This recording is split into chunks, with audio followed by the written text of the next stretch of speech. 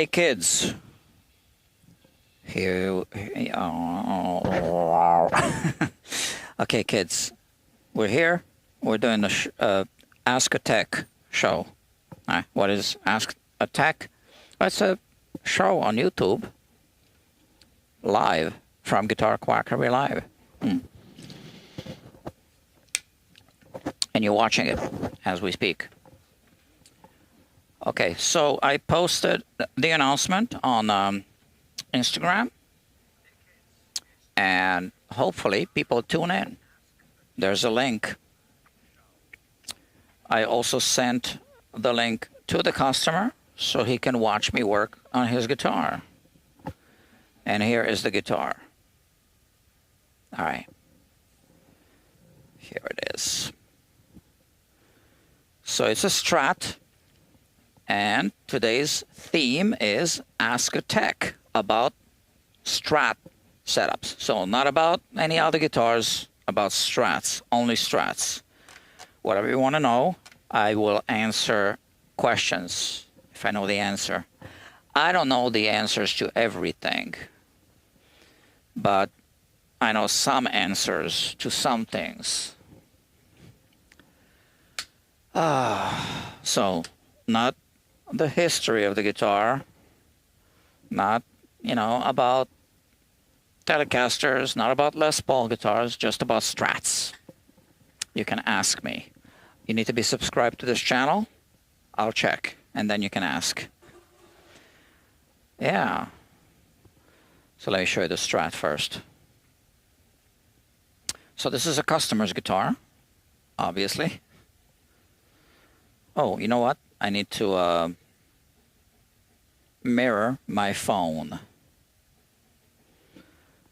Life is complicated.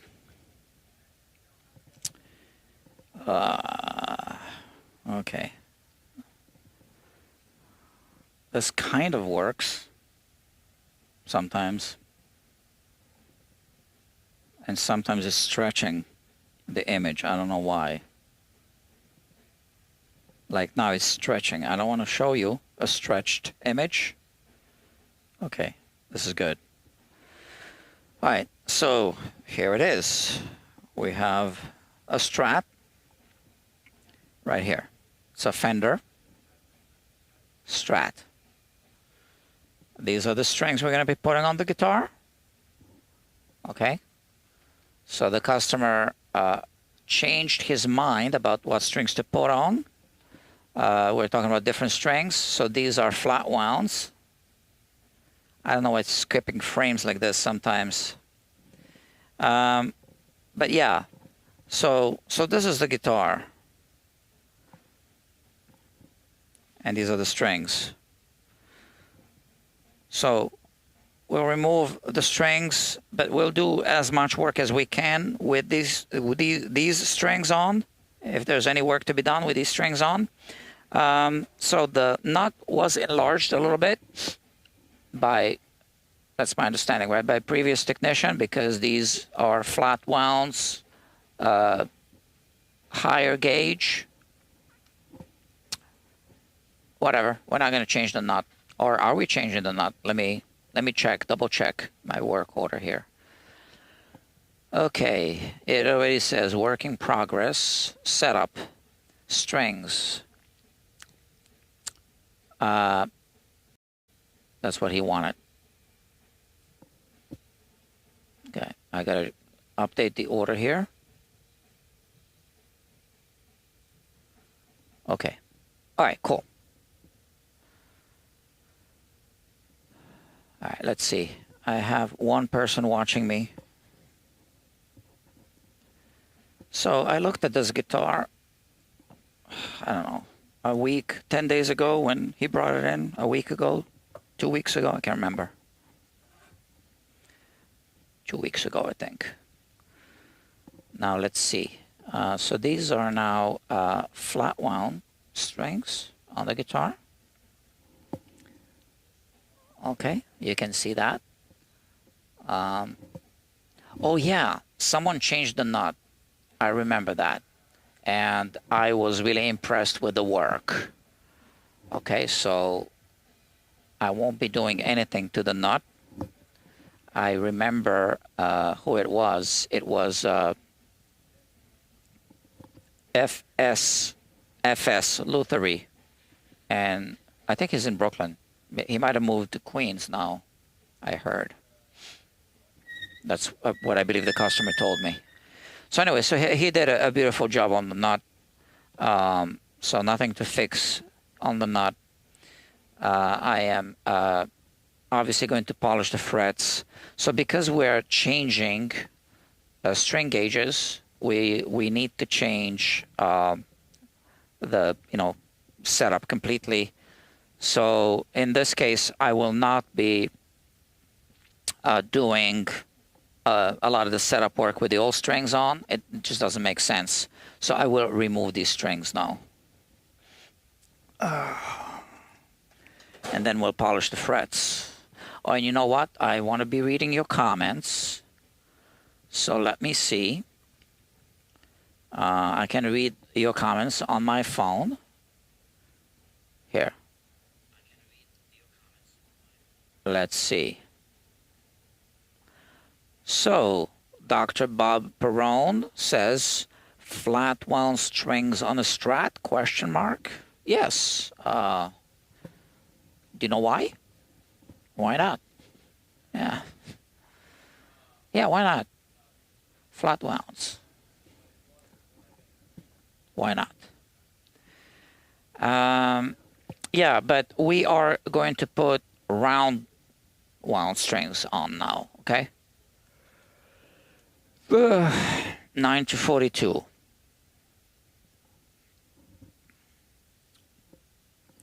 So ask me questions about setups on a Strat, because that's what the show is about. You know, it's I would like to be doing this show maybe once a week. Ask a tech about something. Every time a different theme. But I haven't found the perfect day and time of day for, a regularly scheduled program from Guitar Quackery on the Guitar Quackery Live YouTube channel. So that's the problem. I don't have a time slot yet. But I think having a time slot for a weekly show would help the channel grow. See, it even rhymes. Show, grow. Yeah.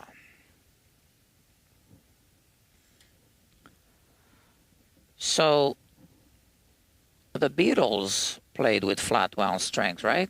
A lot. And most people don't even know that, I think.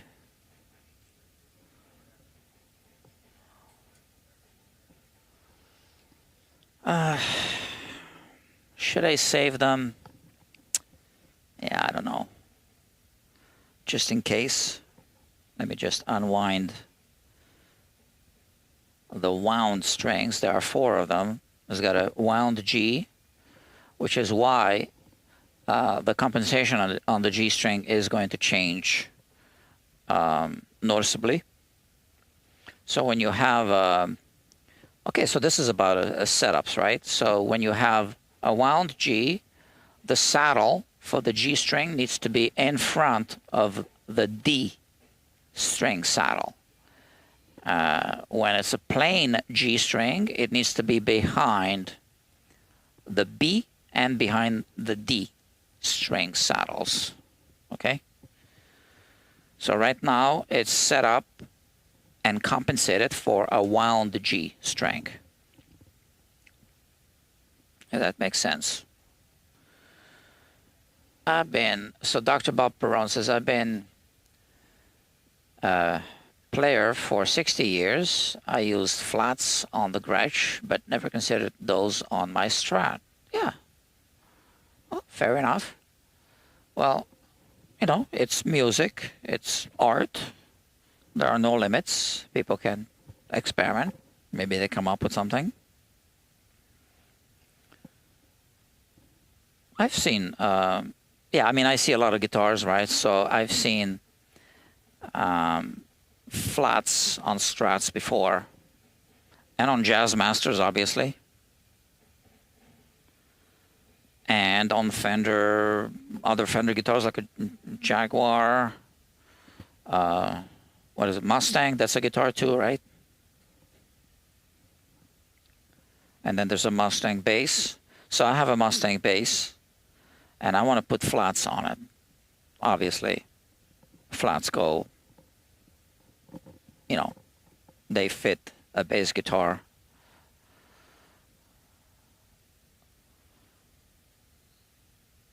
Yeah, I want to put flat wounds on my Mustang bass.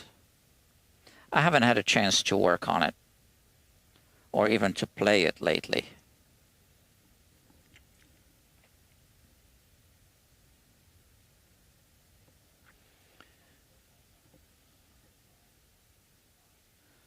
It was an interesting experiment, says the owner of the guitar. Yeah, it was an experiment. Okay, so I'm going to save the 4 wound strings if for any reason I need to put them back, which I doubt, but you never know. But I'm going to cut off the plain strings. So what I'll let's do that. Here. Cut these off. Oh, this girl was going to come pick up my strings the other day, and she was in the neighborhood, then she never showed up. I kept texting, is this something, did something happen, or I don't know, I never heard back from her.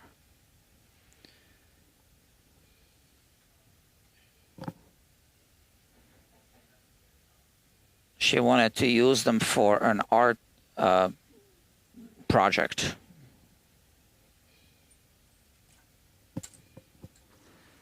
And I said, okay, come pick them up. I hope she's okay.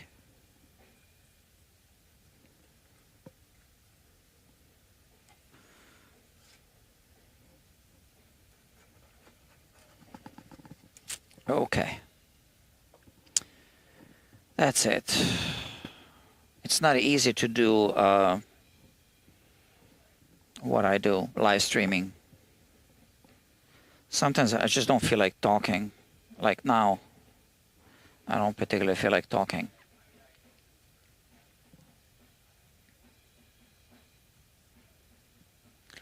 Dr. Michael Pietsch, okay, maybe, I'm sorry. I don't know how to pronounce it. Fret polishing? Exactly. Yes, I'm about to polish the frets, but what am I going to do before I polish them? I'm going to inspect them with a fret rocker, just in case there are any uneven frets, because we're going to do a full fret dress. So I have the fret rocker right here. I think you guys know how this works. This is the tool. And let's just go over all the frets now that the strings are off. Just want to make sure there are no uneven frets. I think I already went over all of them when the strings were on. Sometimes I skip a few. But, you know, when the strings are off, you can really, you know, inspect them.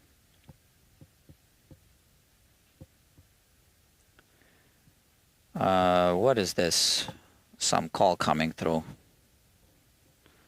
I'm gonna have to check this. It's business. So sorry, you are watching a live stream. Oh, look at that, 3 calls on my phone. Yeah, I keep my phone silenced. Da-da-da. Same number, no voicemail.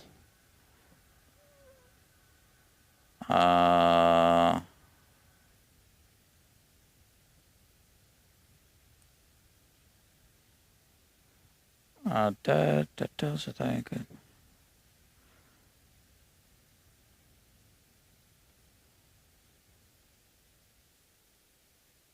I'll get to, to this later. Yeah, I can't do this now. Sorry, guys. Okay. I can't remember where I stopped.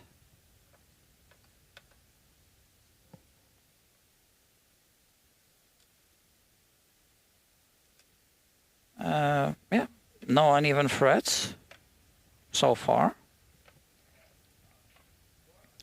Now, a fret rocker only detects a high spot, kind of. Yeah, like or a false positive. Like if this fret is high, it'll detect it. But if this fret is low, it could show you that this fret is high, so that's a false positive, because it can't show you that this fret is low, if that makes sense. But this is why I now do 3D scanning, so I can really look at the fretboard. Now, there are other ways of checking sections, which is what I'm doing now with this tool. So this is a short straight edge. So I check sections just to see if it's going to rock. So same as the fret rocker, but it's checking a few frets at once. Now, I want to know if I have a relief right now or a little bit of a back bow, because I removed the strings, obviously. So let me check this. Oh, I have a little bit of a relief on this side. So check this out. So on this side, okay, you can see that the straight edge is flexing on the base side. So this means that we have relief. I can measure with feeler gauges how much. So that's without strings on, okay? So less than 3/1000ths of an inch. But here, it's not flexing in the middle. We have, I think, a little bit of a back bow on this side.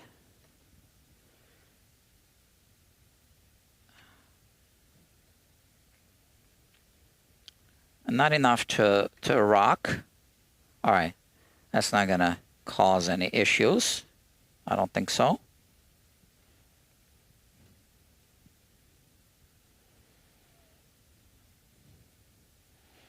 But, I am now developing a piece of software with a partner called FretLab Pro. My partner's name is Dr. Kevin Hausen, a retired research scientist from Boeing. Oh, I forgot to text him back. Today was already a busy day. Let me text him back.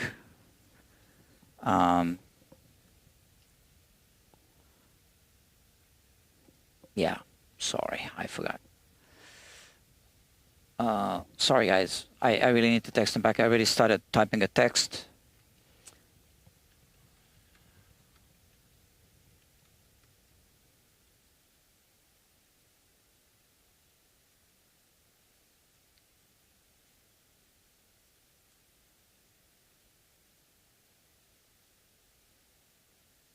In a couple of hours, I said. I'll text him back. Okay, that's it.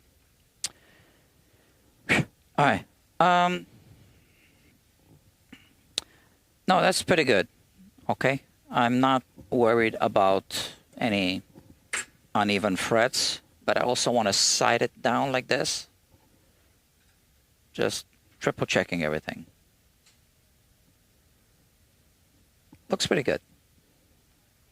And yet, I'm going to do a little bit of a fret level, which I do always, but I can't do it with a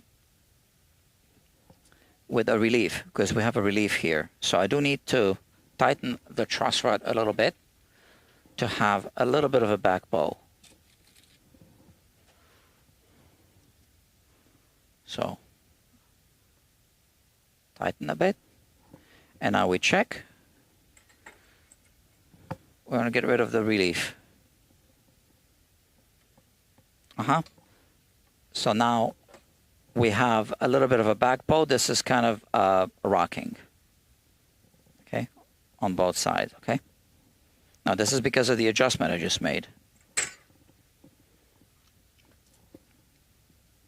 And what I do is I'll just use this side, the finer side. Just go like this a little bit. If there are any frets that are slightly uneven, that takes care of that. We don't want to do too much because we don't want to remove too much material. But that's what polishing is. Polishing is always going to be removing material.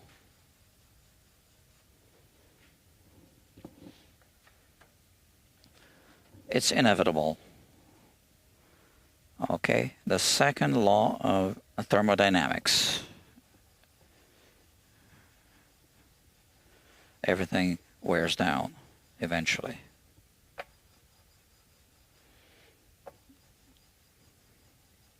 So this customer told me that he is picky. So I'll say, well, so am I. So I guess he came to the right place. Did he say picky or detail-oriented? Same thing, right?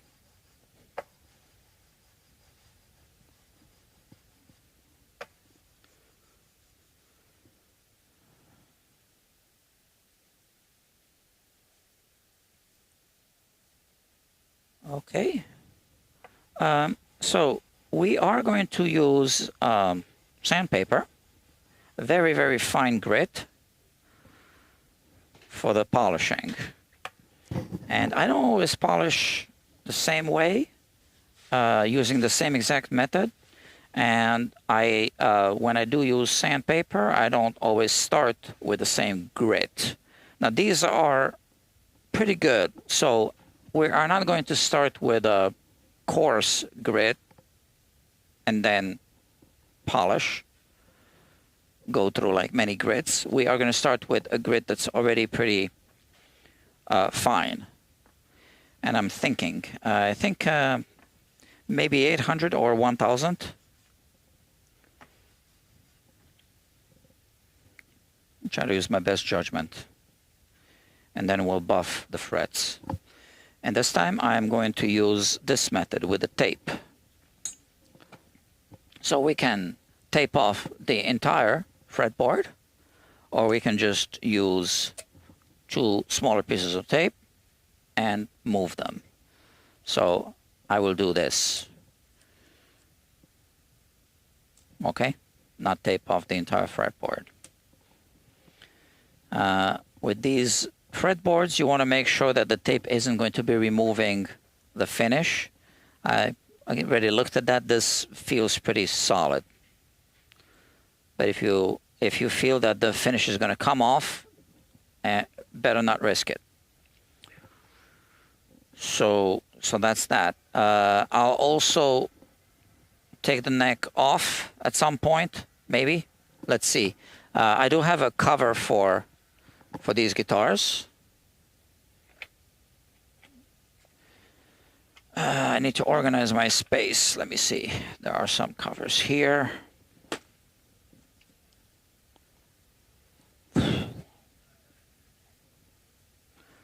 This is something I started doing fairly recently.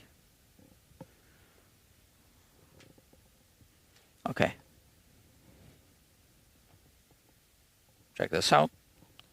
So we can do this and tape it off here. to protect the guitar.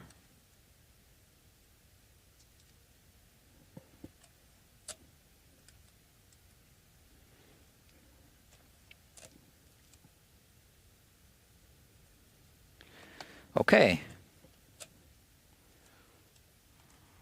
We're almost ready.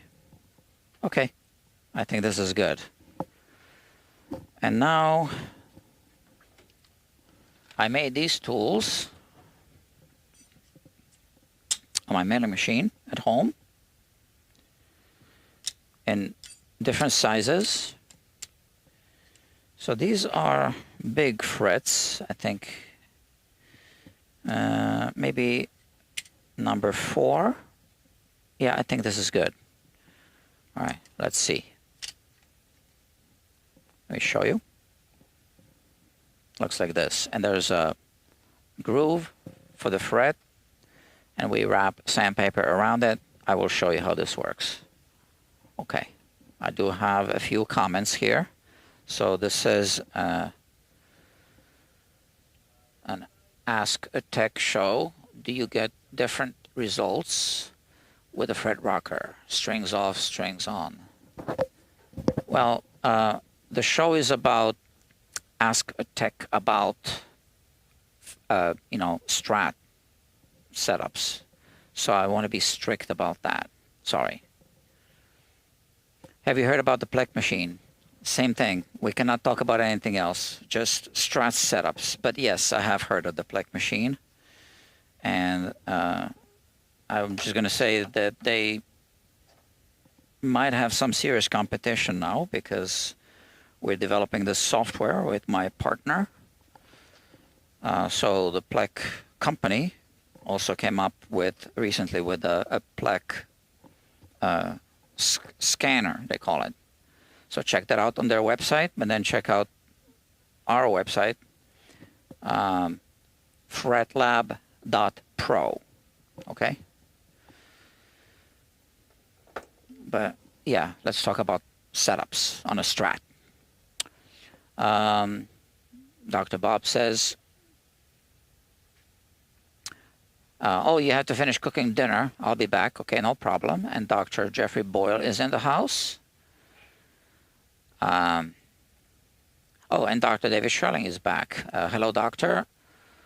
How do you manage a really stiff truss rod? Well, I guess it's kind of related to this. So we'll talk about a stiff truss rod for a Strat. Well, there's a comfort zone. So if I feel that it's, kind of stiffer than I want it to be, I have a discussion with the customer. And we talk about risks, and if this happens, if that happens, and I like to make the adjustment with the customer present. If they say, well, let's risk it, and, that I'm not going to be responsible.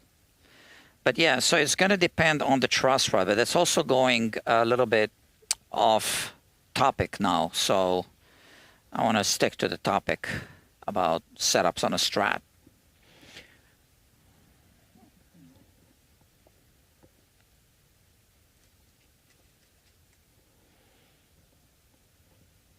So if we keep our questions specific to Strat guitars, doesn't have to be a Fender. 600. I said 800. Yeah, 800 grid.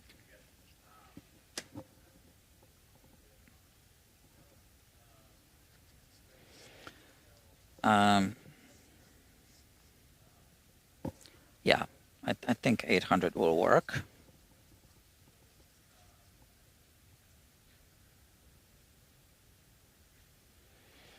My 2001 USA Stratocaster moves easily to the treble side, but really stiff to the bass side. What kind of USA Strat? So does it have a truss rod like this with a plug?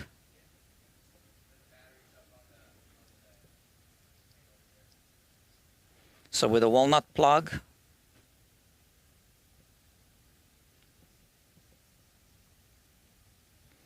so it is about a Strat, so we can talk about that.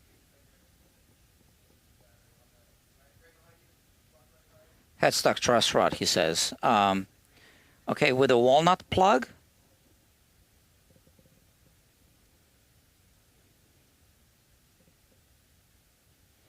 let me check this. Yeah, it looks pretty good, I think. Yeah, we want to start with a 800, and then I'll do the 1000 grit. Yes, walnut plug. Well, you can't really... Hold on a second. They're using the vacuum cleaner. I can't focus on my... Just a moment.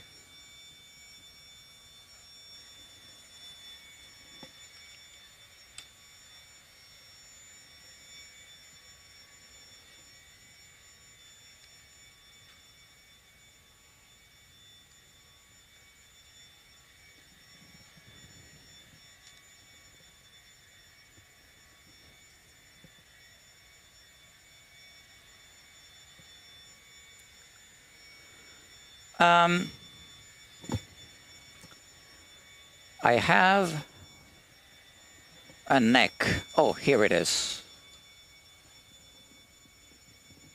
Look at that. We'll talk about this. Hang it there. It's still loud here. I know you don't hear the noise because this microphone is a dynamic mic right here, but it's really noisy right now.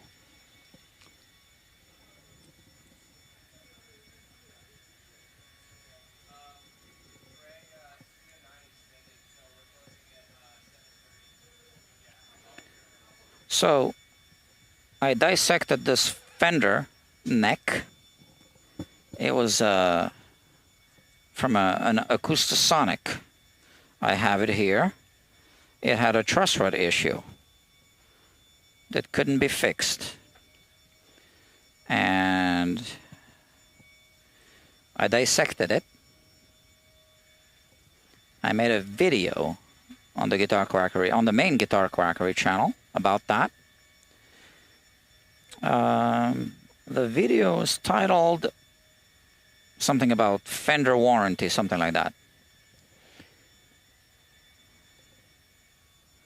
So you can watch that video on the main channel, but I have the neck right here. I'll show you in a moment. They're still using the vacuum cleaner, so...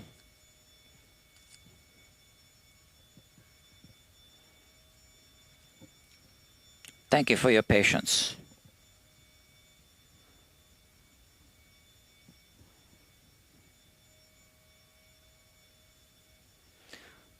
So you can do this without any protection, but if you slip, you scratch the finish. But technically, I'm not rubbing against this at all. So technically, yeah, you can do it without, but then you're responsible for scratches.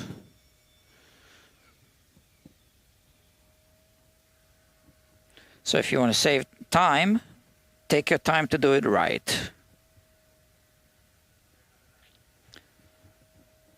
It's my experience that whenever I try to do something quickly, I end up fixing it, and that takes more time. So I'll stop at this one, and then we'll talk about that truss rod because it is related to a Strat. So, okay, fair enough. You need to adjust the truss rod.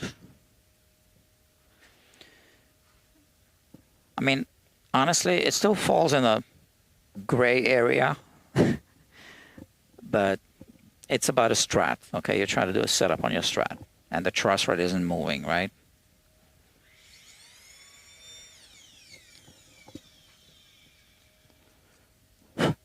Okay. So here, I am going to put this here. We'll take a short break, and we'll talk about these things. So this is from a truss rod. Where do I have a Fender truss rod? Somewhere here. Oh, I had it here somewhere. Oh, here it is.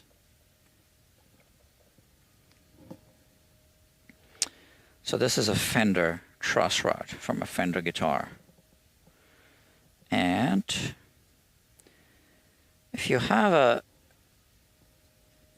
heel side adjustment, it's going to be one of those or similar.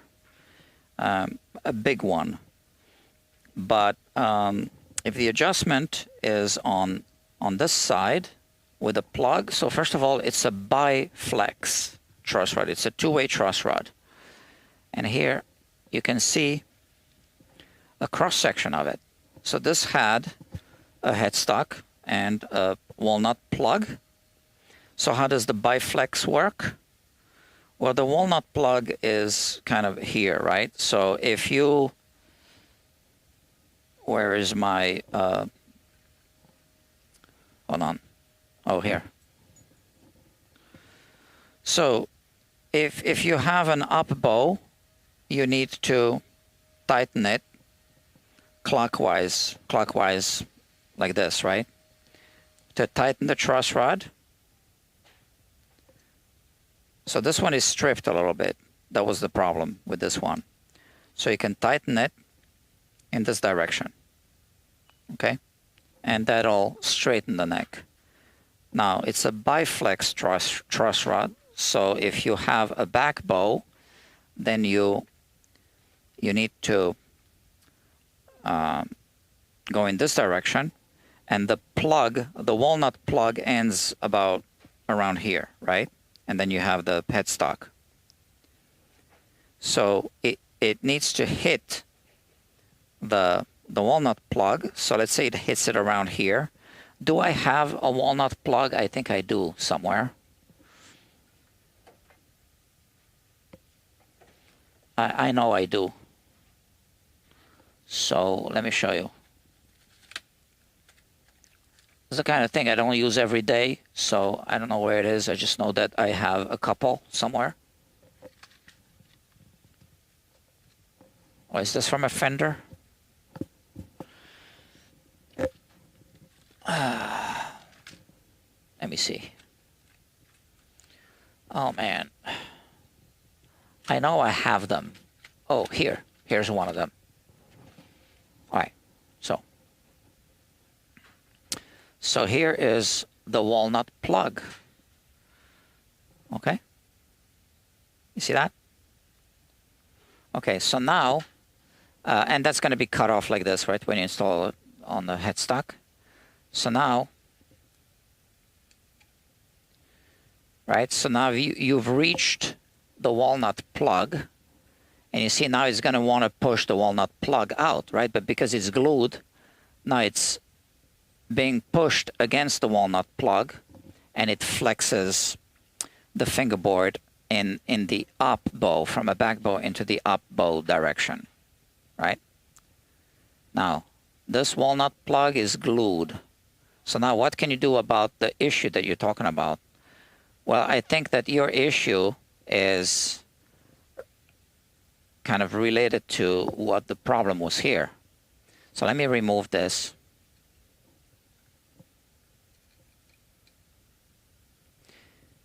And you see how I fixed it on this one? We swapped the neck. So you can see that this can be used to push the walnut plug out, all right? But you need to soften the glue. So this comes out.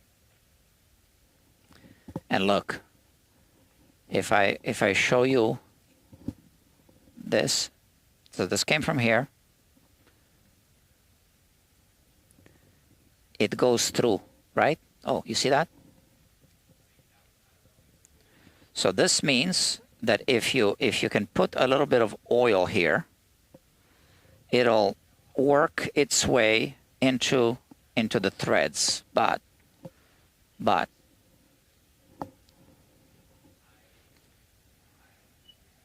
we don't know what's there. So I'll show you what the problem was here.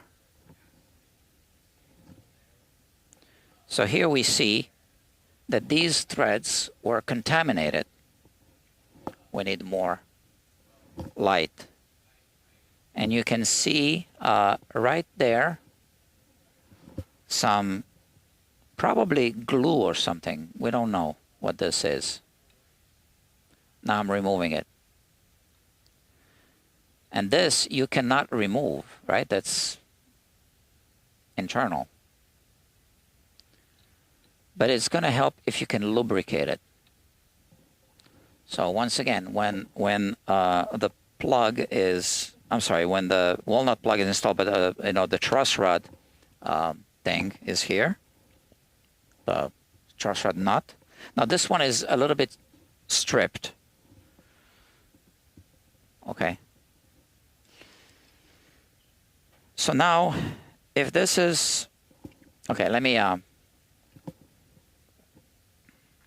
put it back all the way.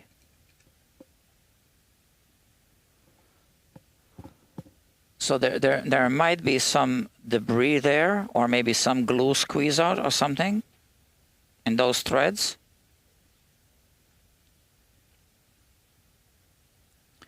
Okay, so let's say if it's tight, like right now it's tight, and we'll look through the microscope here, I'll show you. Now, if you try to put some oil here, right, a little bit of oil, not too much, just one drop, that's it.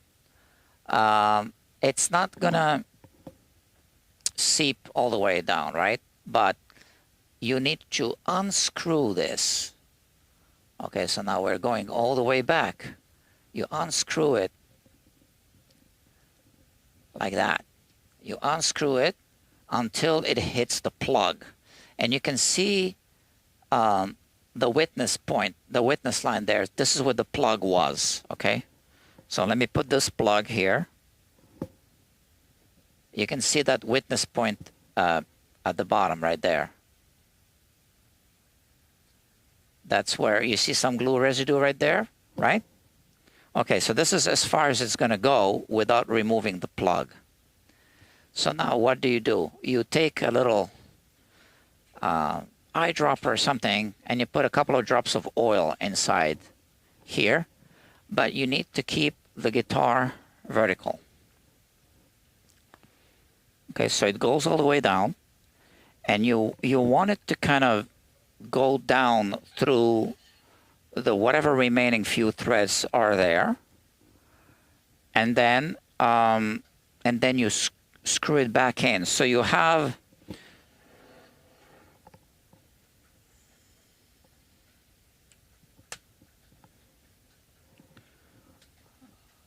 okay, so you have to imagine this. Okay. Okay, so you need to hold your guitar in this position.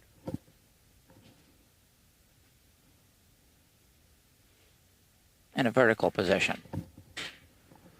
And maybe I need light. I have a light right there, auxiliary light.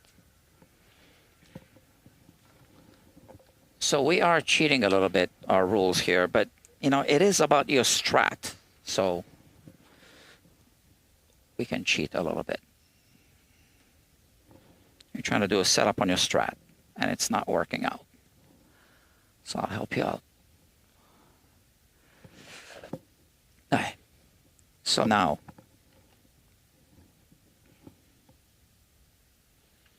so this is how it is when you put your guitar on a stand or on a hanger. Okay. So now you put some glue, not glue, oil inside here. And now it's at the bottom here, right? 2 drops, no more than 2, 1 or 2 drops. Okay. And now some of it might come out a little bit like this or not. We don't know. But now you do this. You keep turning it. And you see, now you are distributing the oil you're oiling the entire thread. And if that's still too stiff, you just repeat the process. This is why I think you should start with one drop, then maybe another one. Now, you don't want to saturate the wood with oil. Just inside here. Okay, inside of this. Now, there might be a complication. Let me remove this. So you won't be able to remove the nut, the truss rod nut, without removing the plug, obviously. And you don't want to do that. But sometimes there's junk stuck inside. Like this has a little bit of junk inside. You see? Look at that. This just came out.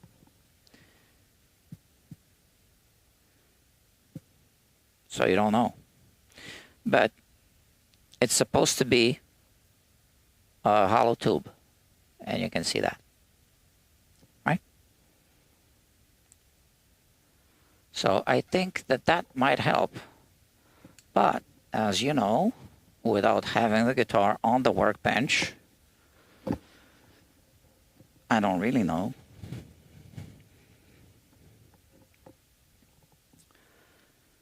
So, did that answer your question?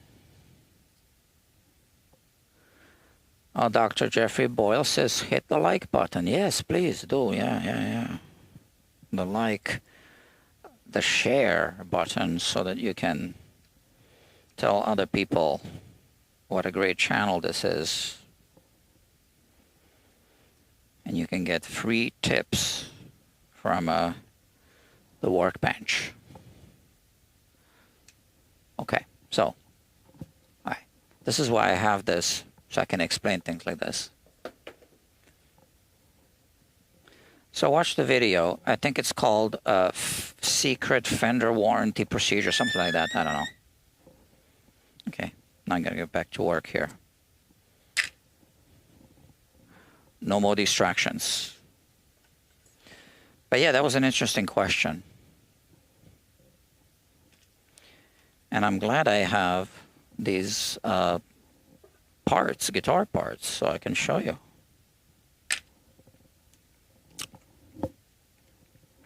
Okay, so we did this one. And let's just continue. So when I do a setup, a fret polish is standard. Some shops do, you know, standard setup, premium setup. I only do standard setup.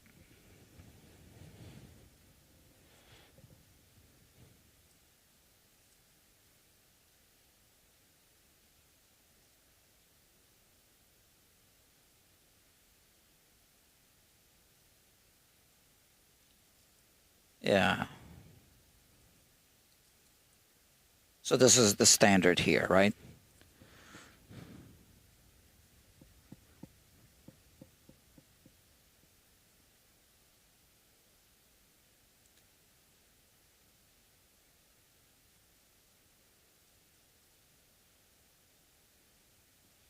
So if you polish your frets, they are going to last longer. Less friction, extended lifespan, less wear and tear.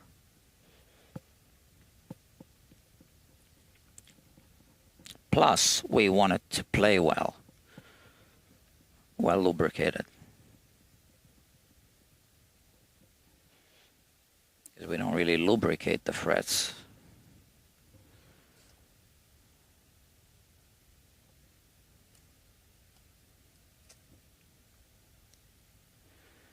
You know, some people, you know, sometimes I have the experience, some people say, well, I don't need all that. But this is why I try to, I go through like a little procedure, you know, nothing major, but just kind of send a PDF and stuff for people to read if that's, you know, the kind of service they're looking for. because I really hate it when people come even after they read everything and they say, well, I don't really want that. Well, why'd you come here?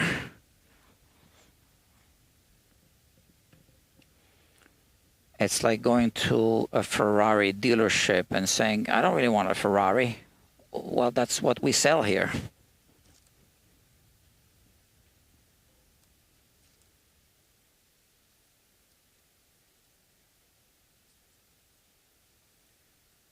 So today I took in a guitar that's kind of cheaper.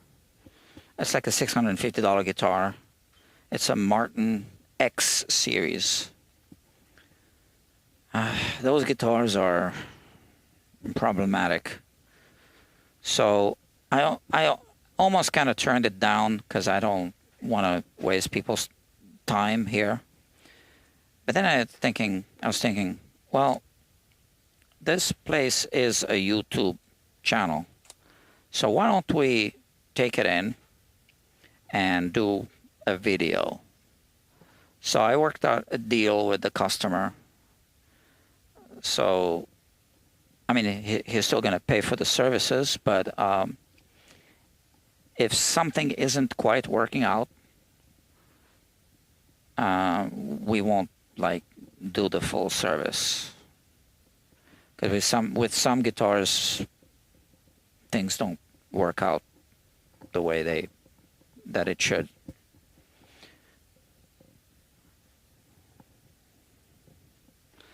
So yeah, so he understood that. So he came, but but the thing is that we discussed it before, and yeah. But back to the topic of setups. I always polish the frets.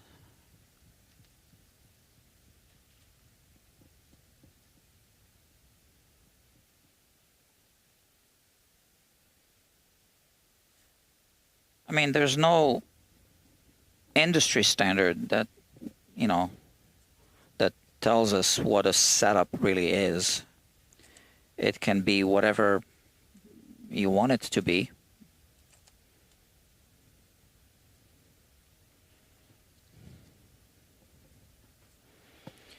Because I feel that if you do like an initial setup on a guitar, it's gonna require usually more work than a follow-up setup. Let's say during an initial setup, if you had to file the nut a little bit, well, you're not gonna file it again in 6 months or a year. So that was the initial setup. I need another piece. Oh yeah, any more questions? Not yet. How many people are watching? 6? I think it says 6. Oh yes, 6 people. And we had 10 people on 3 occasions. Okay. Well, they missed a good show.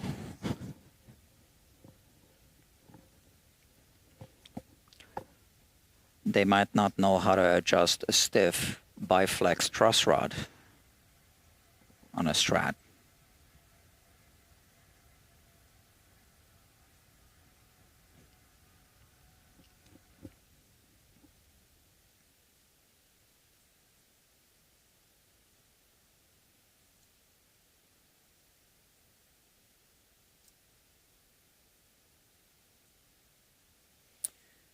Now, with sandpaper, so it starts at 600 grit, and then I keep,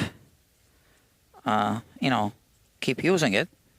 So at the end, it must be maybe a 1500 grit sandpaper.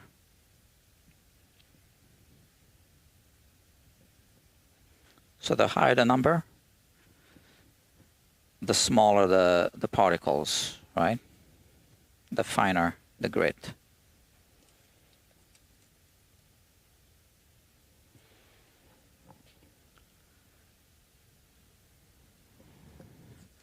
It looks like there might be some finish on the sides of some of the frets. So this is a maple neck. There are two kinds of maple fretboards, either frets over the finish or finish sprayed over the frets.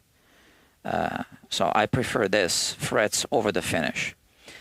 But on some of the frets, I see something on the sides of the frets that looks like some kind of coating or something. So we don't need that. We want to polish the frets to a mirror shine. But these frets are definitely installed over a finished maple fretboard. And here, yeah, I feel like there's something on the side, like some kind of coating.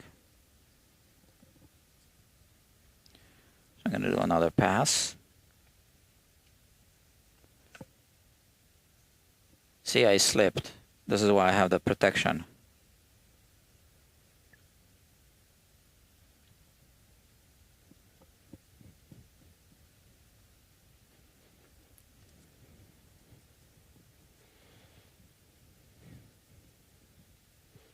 Okay.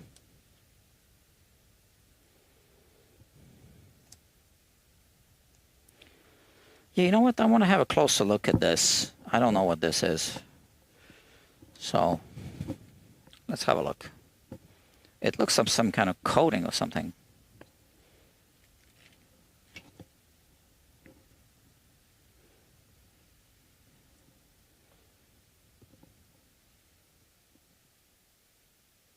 All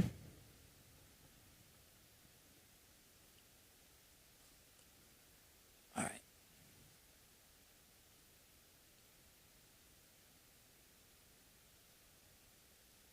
So I haven't done anything to this fret yet. Oh, actually just surface, right? But you see this thing on the side? So it looks like whatever this is, some kind of coating, right?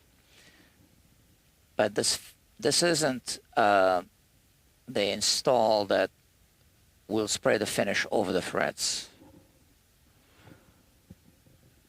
But I can kind of see that this is being rubbed off. If you have any kind of spray over, it's not going to polish the metal, right? So we don't want that.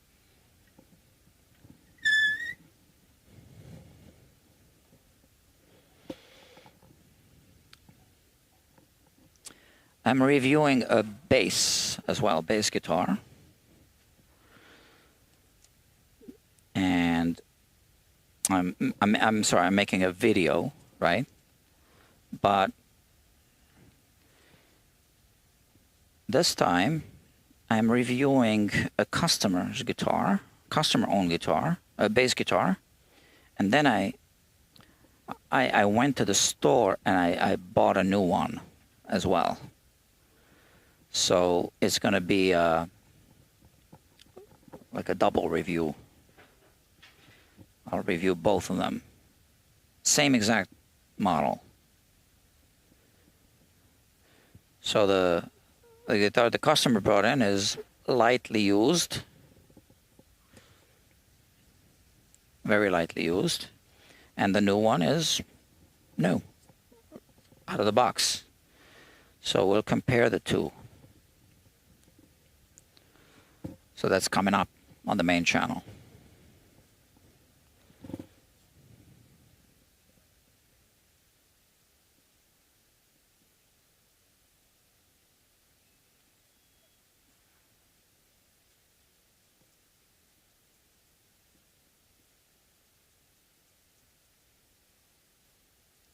So yeah, I don't know if they sprayed the frets with something, but that looks like something on the side of the frets.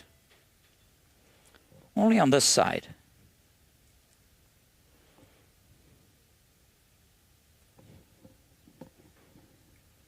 It looks like some kind of a dried up oil or something.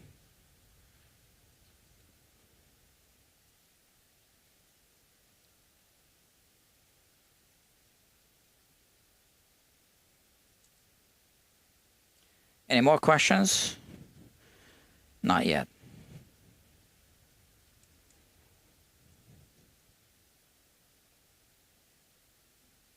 It would be easier for me to do live streams if I had a live streaming partner, so that I don't need to just talk all the time. Ugh.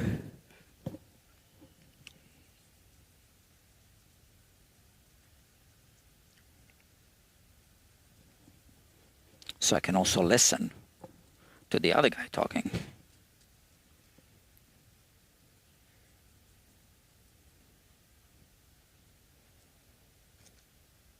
Yeah, that's better.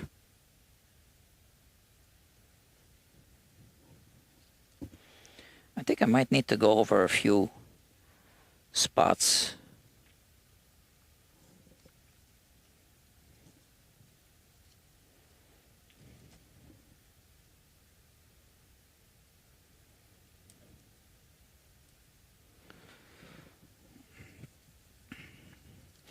So I think I already did a Ask a Tech about setups on Strats once before, but every time it's going to be different. It depends what people ask. This was a good question.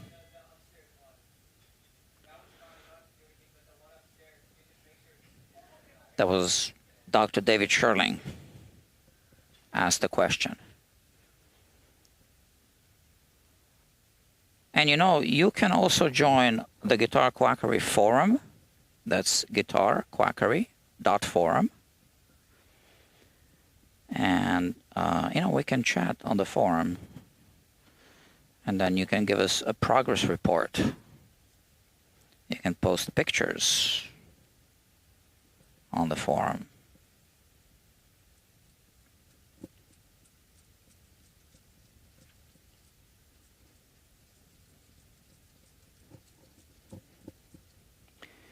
I'll be here late today because I have quite a lot of work. So I was hoping that maybe this customer could pick up his guitar today. I mean, unless he wants to come really late, I don't think that's gonna happen today.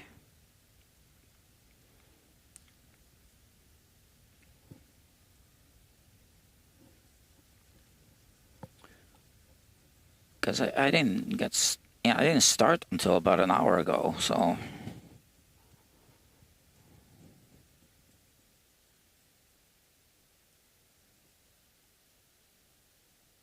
All right. I think they must have sprayed something here, because there's more of this stuff on these frets than here. I started noticing here a little bit, but we have quite a thicker coat here on this side. I wonder what this is. Whatever it is, we need to remove it.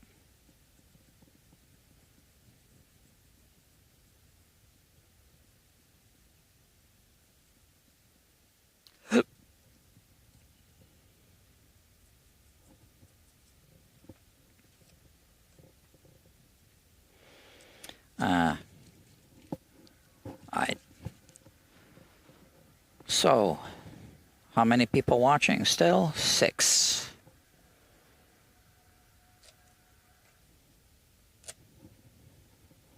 Oh, and let me see. I can click like. There you go. I can like my own video.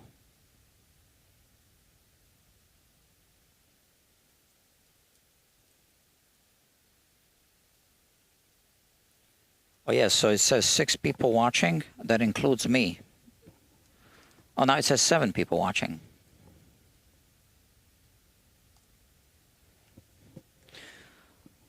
So thank you, Dr. Jeffrey Boyle, for reminding us to do this.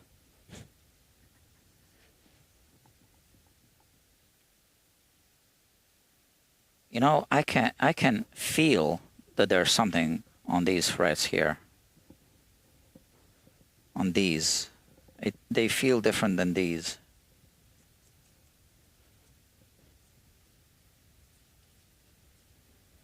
And I can see that something is coming off. There's just more powder. And it doesn't look like metal. It looks like white powder.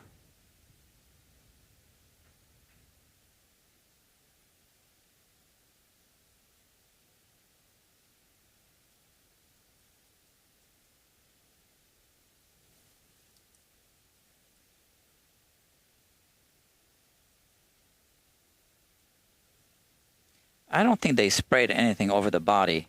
I think this was done when the neck was off, before they installed the neck. Maybe the neck was hanging somewhere and they were spraying something else and it just went over the frets. I don't know.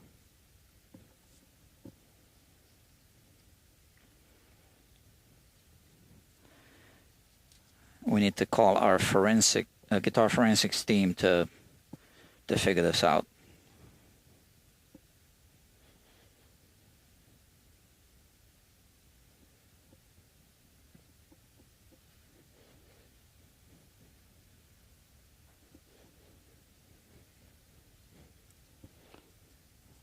All right.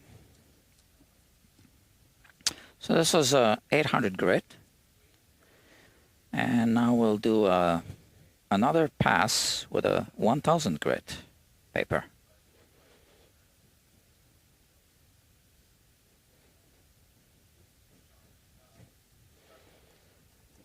Is this good?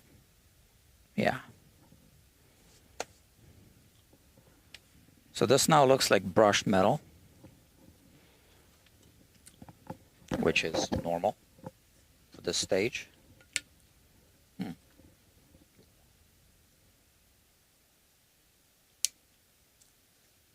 Okay. So I'm done with 800. And now we have 1000 grit. Where's my paper? Oh, I bought some ebony. Wrong size. I mean, it says that it's one size and then it's short. Turns out to be shorter than advertised.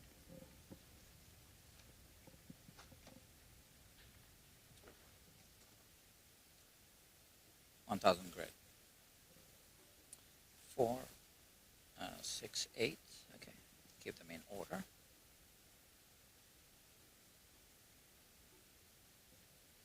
There you go. All right, so I'll start from here again.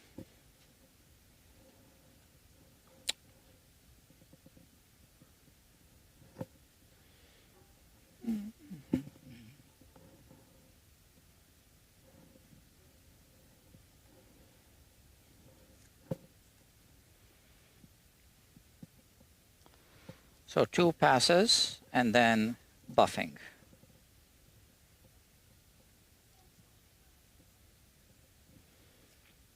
This is becoming a really popular method with guitar techs.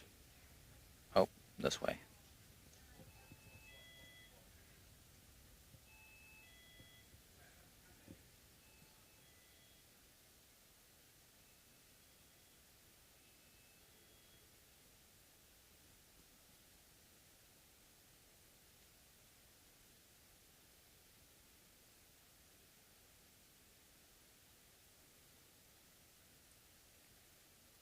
It already looks shinier than this, okay?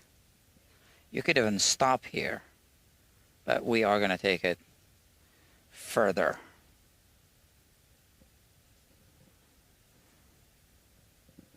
So, a fresh segment here.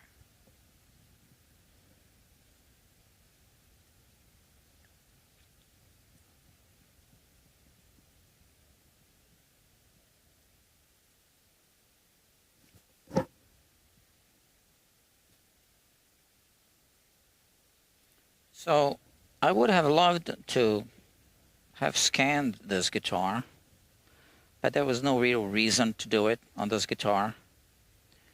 So I don't know if at some point in the future 3D scanning will become my standard procedure here for setups. I don't really know. But right now it's an optional service. And of course it's, paid for by the customer if they opt in. But I wasn't recommending for this guitar that we should do it. Anyway, feel the need for it.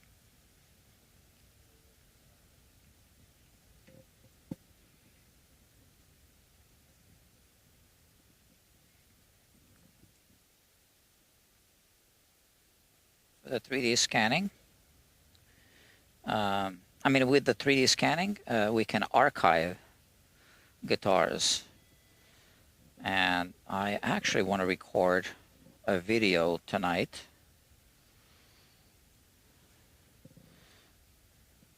about that, about doing archival 3D scans of valuable guitars, or collectible, or whatever, one of a kind, or sentimental value, I guess.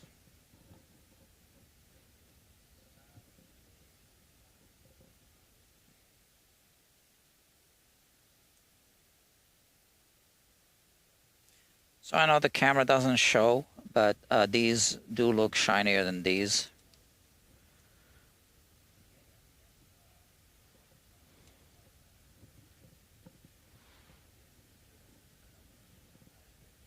Looks like there might be some of this finish still left on the side. I might need to do 2 passes with this.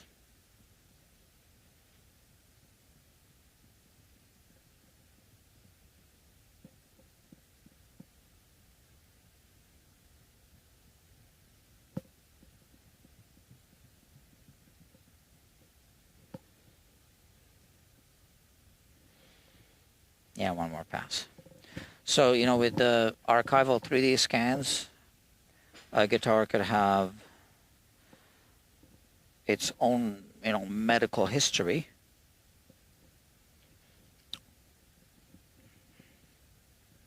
It makes sense for guitars that are valuable.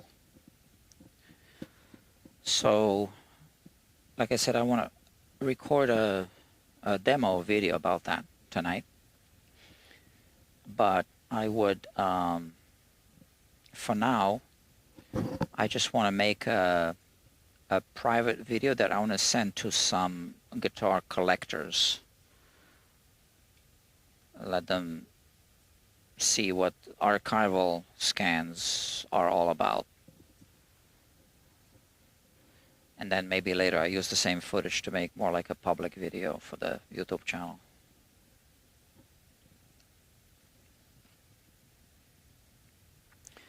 Oh, and I've been saying that I have a potential partner I want to work with to build guitars. We're trying to make it work. So our schedules are not aligned.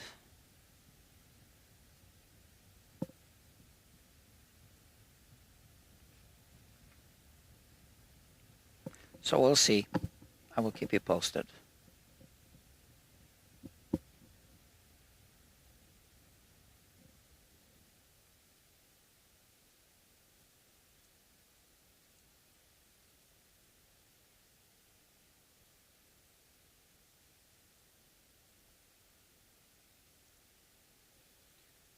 Okay.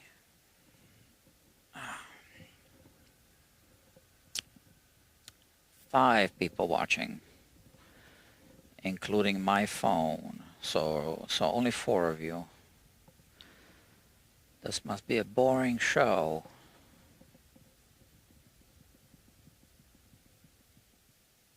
What, are you just watching a guy polish frets right now?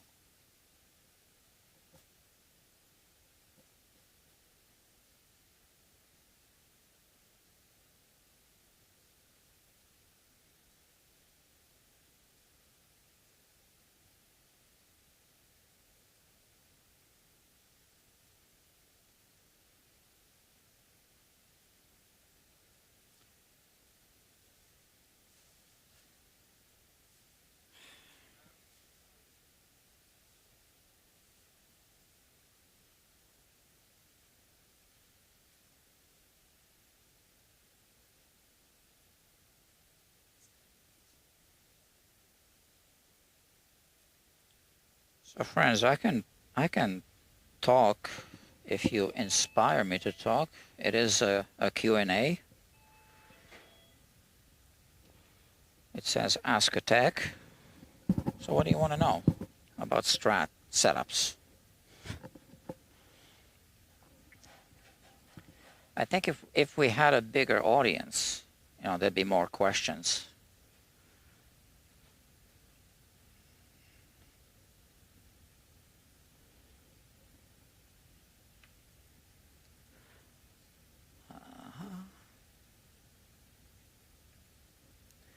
So I guess I could answer the other question about the fret rocker. Dr. Michael, are you still here? Can you drop a comment if you're still here? Since we don't have too many questions about Strat setups, I just want to make sure that you're here.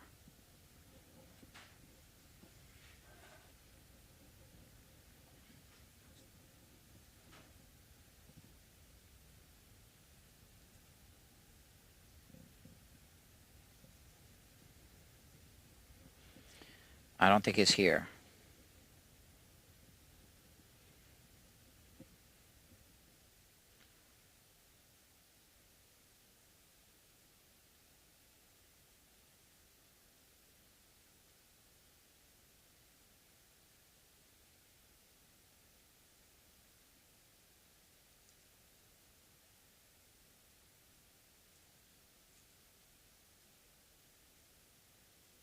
So I do want to answer your question. So he asked, do you get different results with the fret rocker?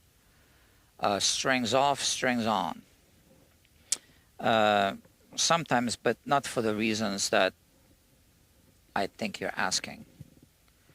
It's just that when the strings are on, you don't get full access to the frets. So sometimes you might get false negatives. Negative meaning you're not finding anything. Just because, you didn't really have a good access to the frets.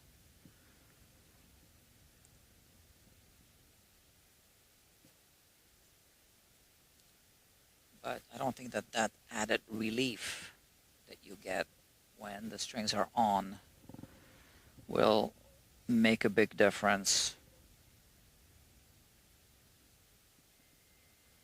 And then he has, have you heard about the black machine, he says. So, yeah, the answer was yes.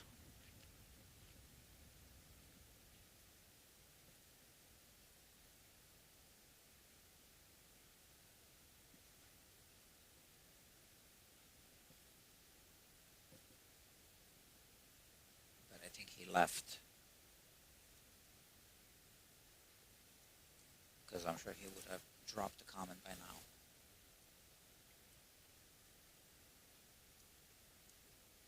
Maybe he was upset because I didn't answer his question.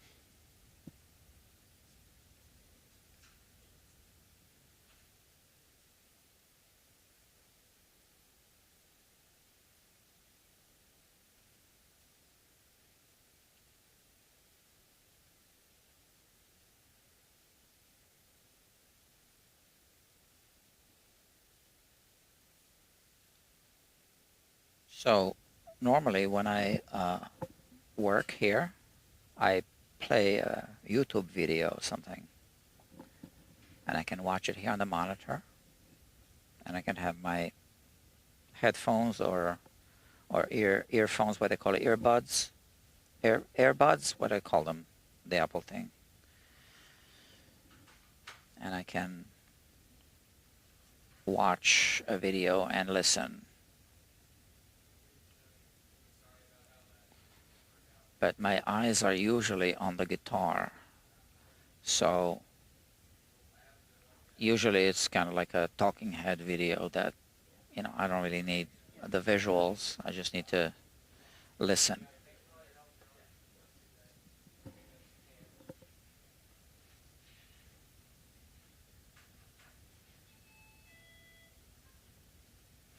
I've tried watching Netflix movies, and by the way, I canceled my Netflix subscription. I don't need it. It's just too much junk there. Waste of time.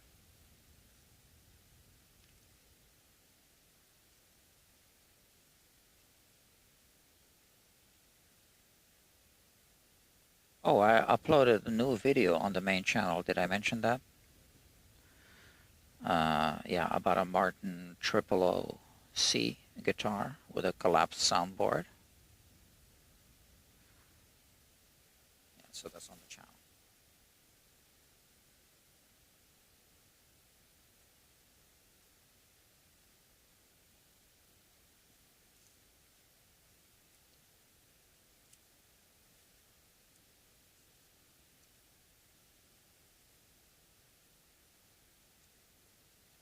And I'm giving away free 3D scans for anyone who wants them. So that video has a link. And then you need to subscribe to the newsletter. But that's how it is. And that's how you can download the scans. Ugh.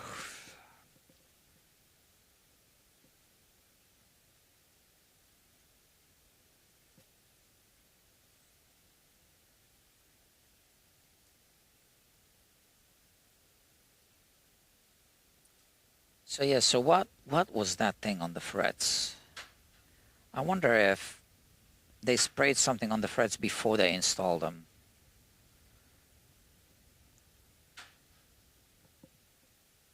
To store the fret wire or something.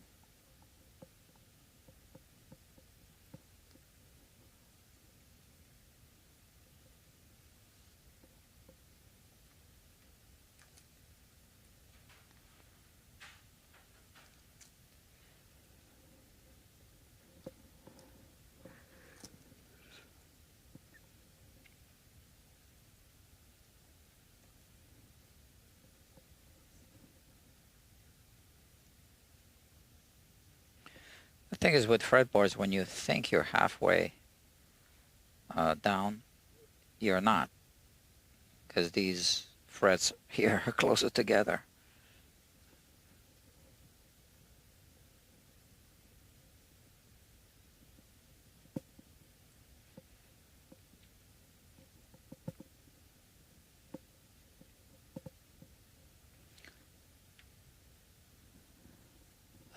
Shut up.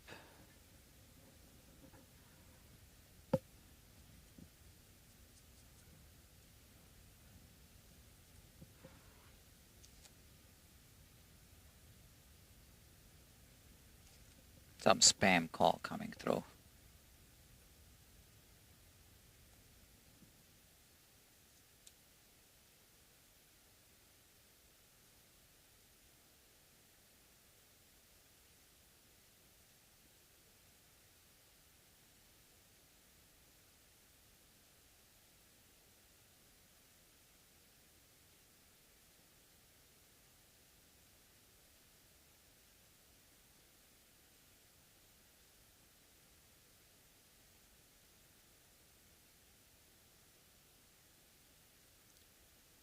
All right. I don't know what to talk about. I'm not really inspired.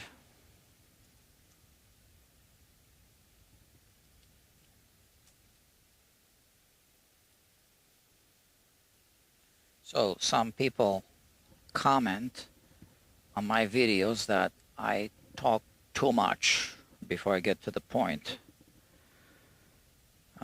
Man, I want to tell them, but I don't really want to mention other creators. Like, okay, but I'll mention here on the live channel. Like, for example, have you ever watched a video by Davey504? I mean, all he does is talk and talk and talk. Or Phil McKnight. Nothing against these people. I'm just saying they just talk and talk, you know. I don't talk that much as those guys.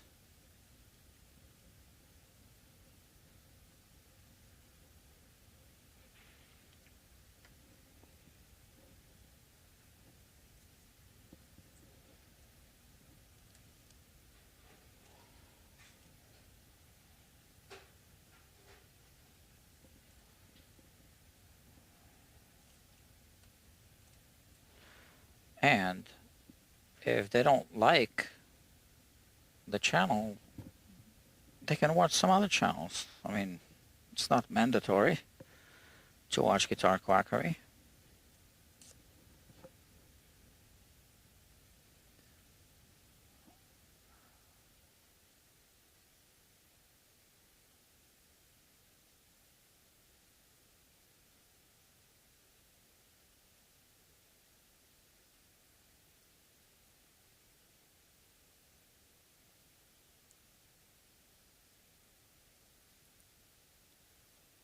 Sometimes I feel it's like when you're driving and there's someone there in the car and they just keep telling you how to drive, but they don't know how to drive.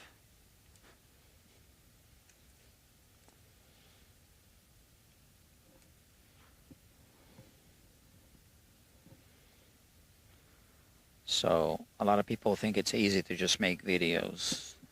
Yeah.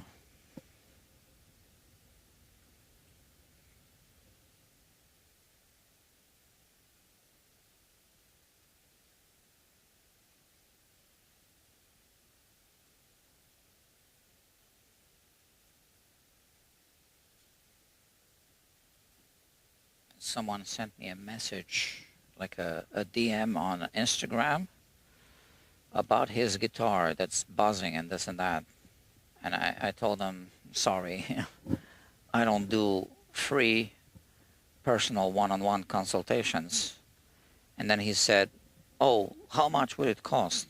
I said, no, I need to see the guitar on the workbench.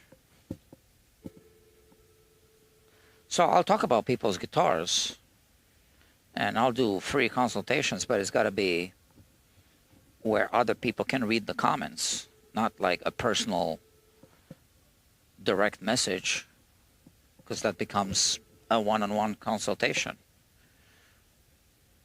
And I can do remote consultations when I have the guitar on the workbench. Then I can connect with the customer and we can talk about the guitar, but the guitar's in front of me and I can take measurements, I can touch it, I see it.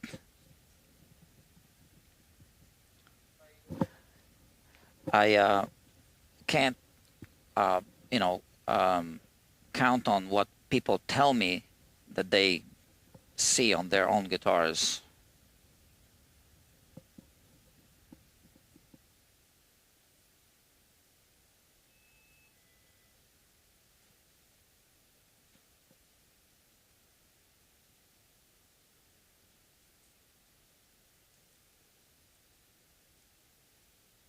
I once had a customer that told me, texted me that the guitar is in pretty good shape.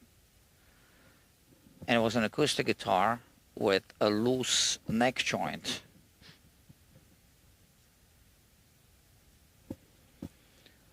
So to him, it was in pretty good shape. It's not going to need much.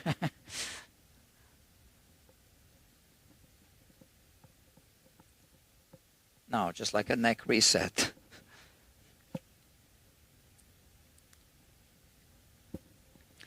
So I'm almost done with this phase of the, fret polish. And then we'll do some buffing.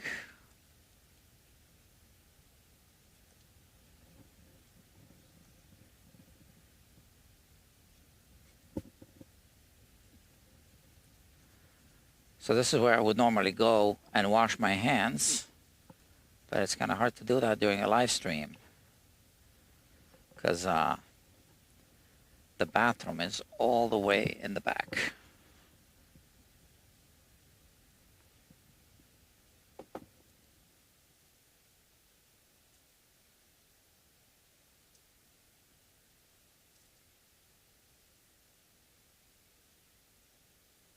One more. 21 frets, I think, yeah.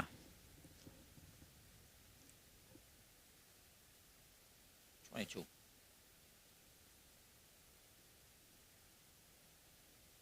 22 frets.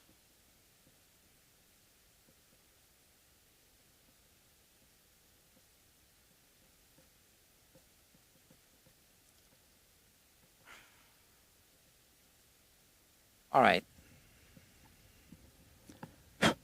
Done with this.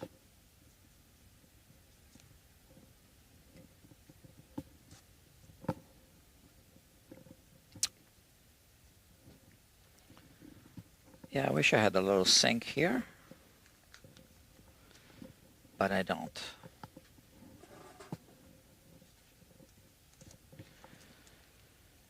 Okay, let's clean up a little bit.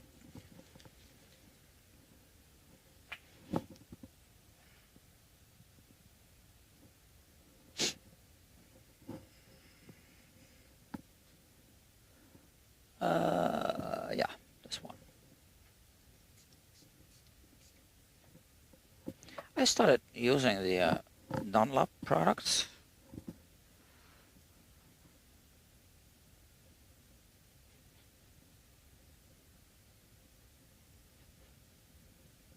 I've used them in the past a little bit. I like their oil in the spray. So I think it's good, yeah.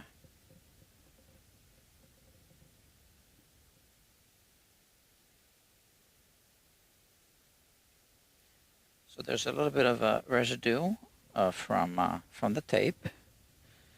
So I cleaned that off now, I think.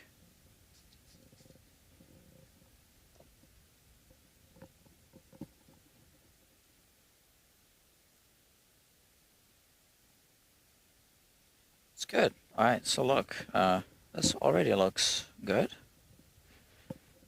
but it's gonna look better. I want to show the reflection. Kind of, yeah. Okay. So now we need to buff the frets. And yeah, I'll use gloves for that. So where are they? Here. Okay.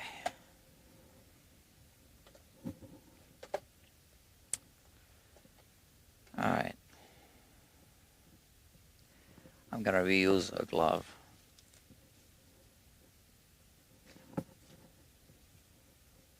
This isn't surgery, right?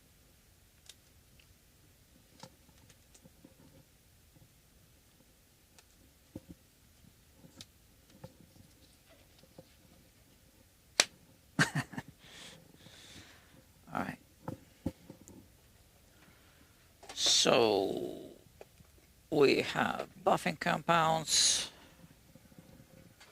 Let me prep a little bit here.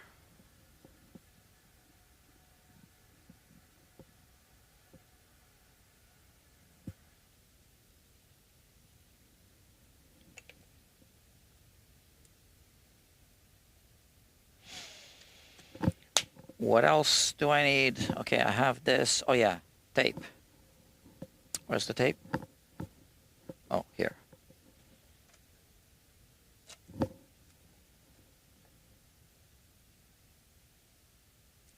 And I'll start from here. So I need more subscribers to this channel so that when people watch replays, so that I can get paid for the ads that YouTube inserts. All right, because right now they are inserting ads, I think, but I get 0. And that's not fair, is it?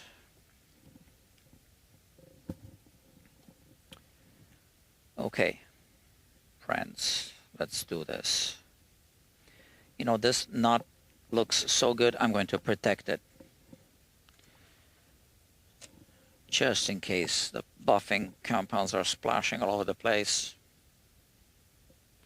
All right, let's do that. And we have these.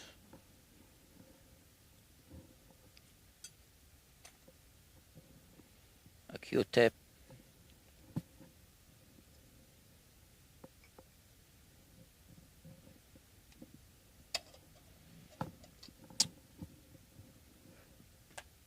And here are my buffing compounds. Okay.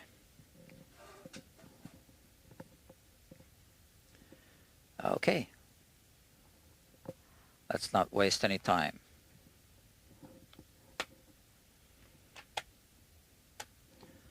I have a little bit left of this one.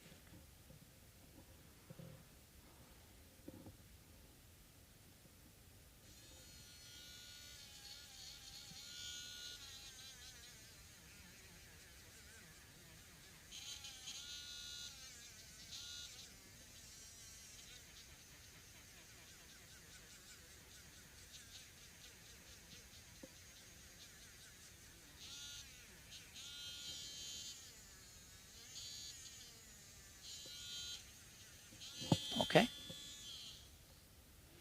Oh, and I forgot something. I always forget something.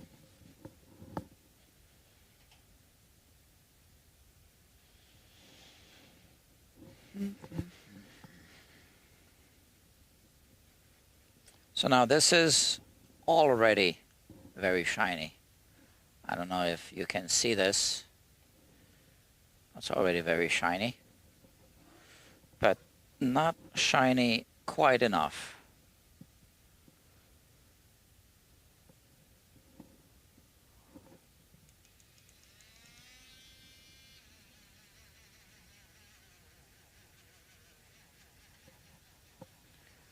All right. Now we have a mirror shine.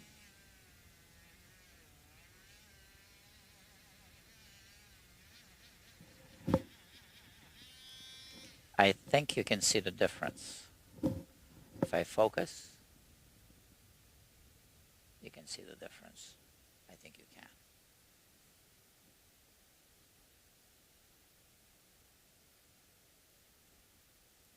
And now we just move up the fretboard.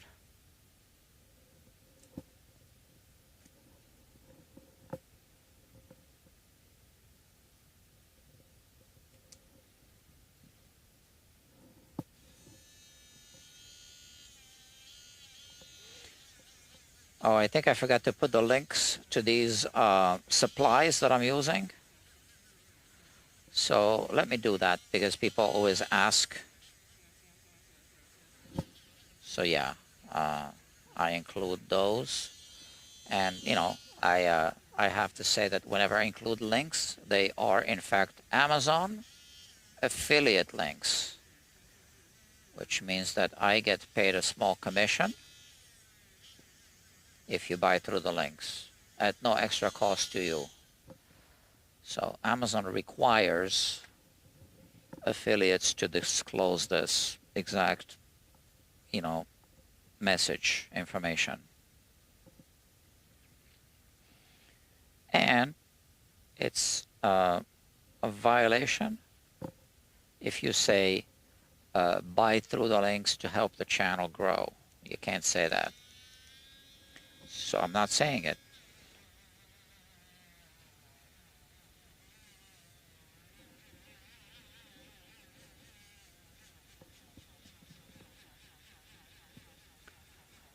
All right, so I think you can really see that these two are really shiny. Big difference between these two and the rest of the fretboard, obviously. And now I'm just going to transfer this, but before I forget, I'm going to edit the description in this video so that I can include links to these supplies that I'm using to buff the frets. All right, so that'll just take me a minute to do so that you don't need to ask me.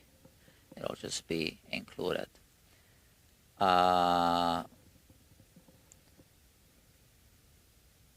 Where's the edit button? They changed this interface. It's unbelievable. It was fine before.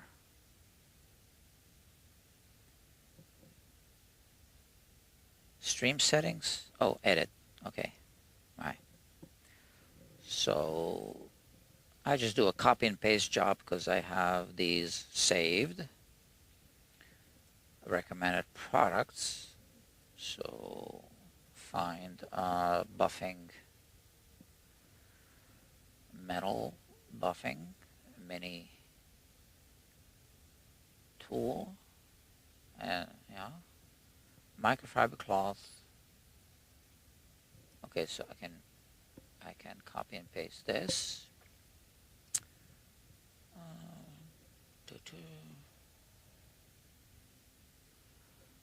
Okay, and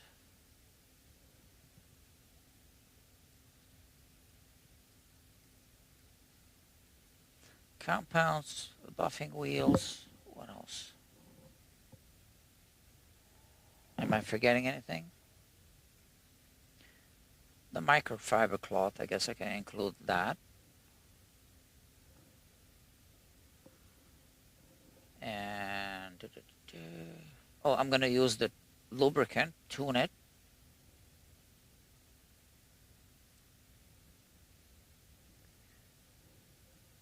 Okay, what else? Sandpaper. Oh, what about the okay, 1000 grades, 800 grade. I'm also going to include the 600 grade sandpaper that I use.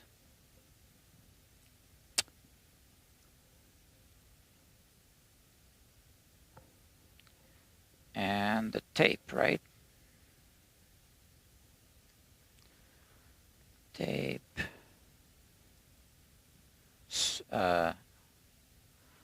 So it's this one. Painter's tape. These two, okay.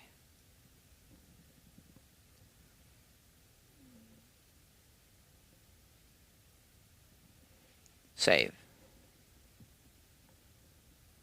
I think I included everything. All right. Q-tips. You know where to get that. Okay. Let's continue.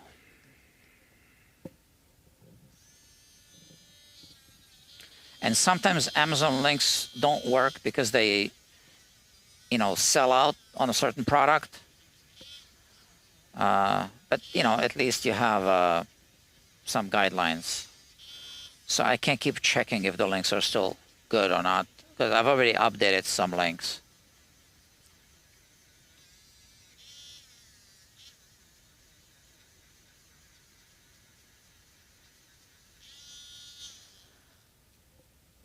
So these tools can overheat, which is why I now prefer to turn it off and then use the other one, and then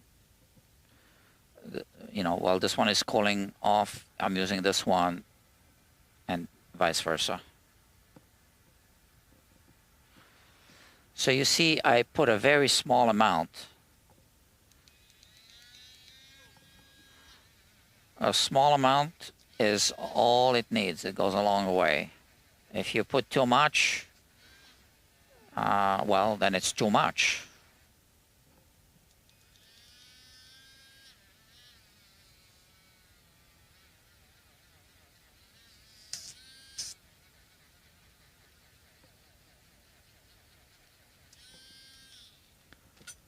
Okay.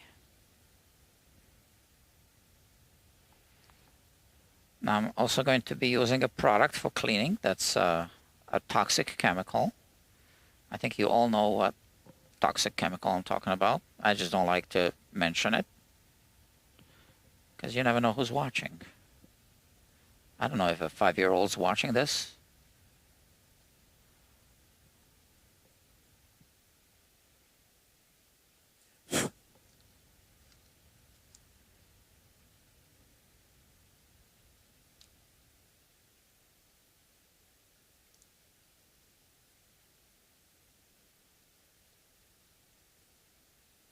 I think you can really see even from here the difference.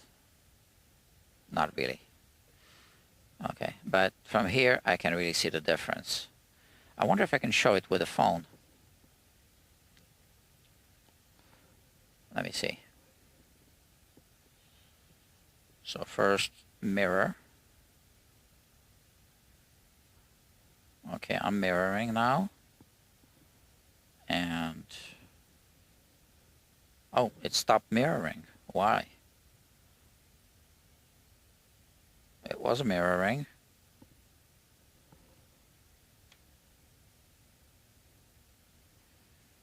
Okay, let me show you. Oh, my battery is running low.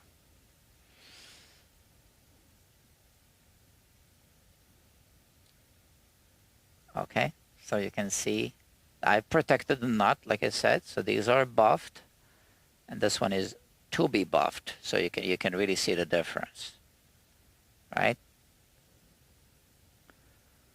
Okay, that's how it works.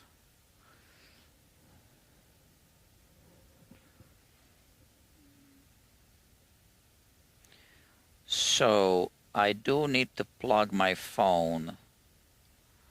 I am down to 18% battery. Sorry about that.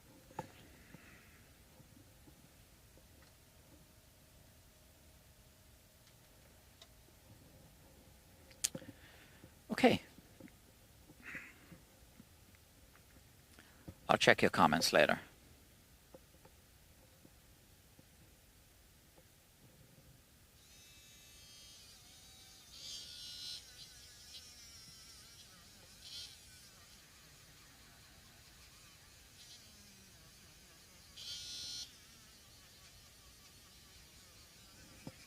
So you need to make sure that you are hitting the corners, right, with the edge of the buffing wheel when you do that, and the fret ends as well, and that you don't overheat the fret. It's all about details.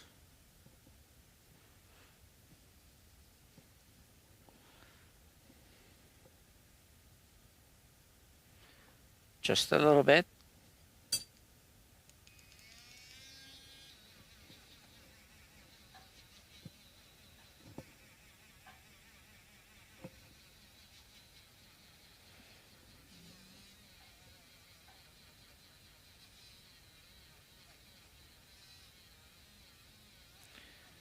So yeah, so these frets are going to be buffed like they've never been buffed before. Other frets have been buffed like this, but not these.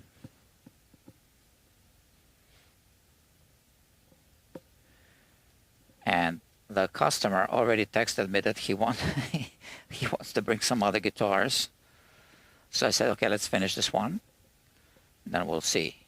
No, I'll take the other guitars, obviously. I just want to finish this one.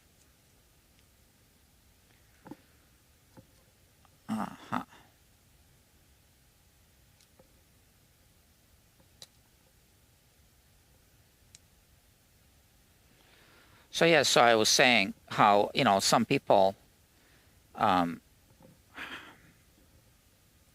read my guidelines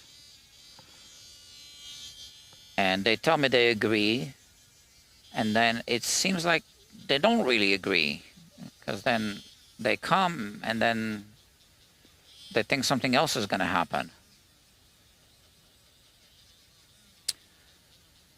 And then I try to answer the question, where they say, well, how much is going to cost this and that?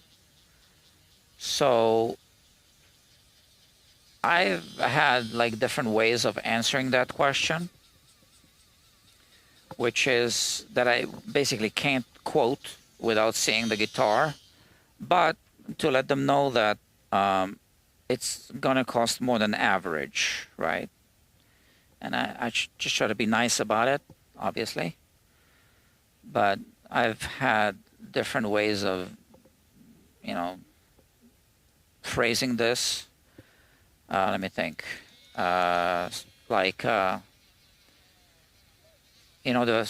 Sometimes I would say the services are above average, priced accordingly. It's fair, right? So,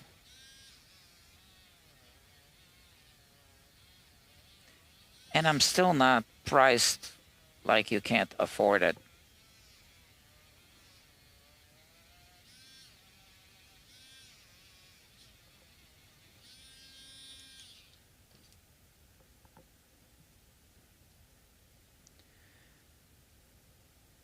But sometimes, yeah, sometimes the, costs just add up if we have to do more than a setup.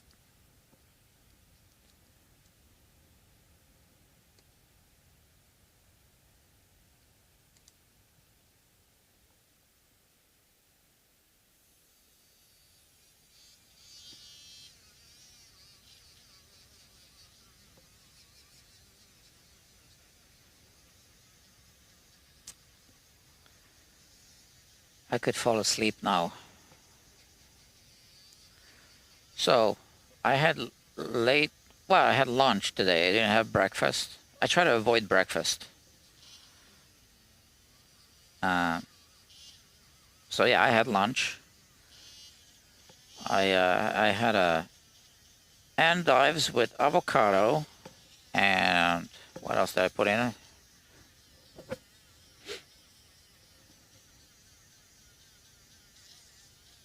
Cherry tomatoes, oil and vinegar.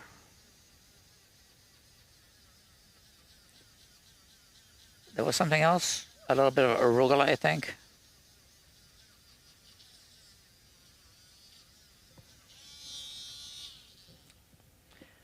Why am I telling you this? I don't know, because I don't know what else to talk about.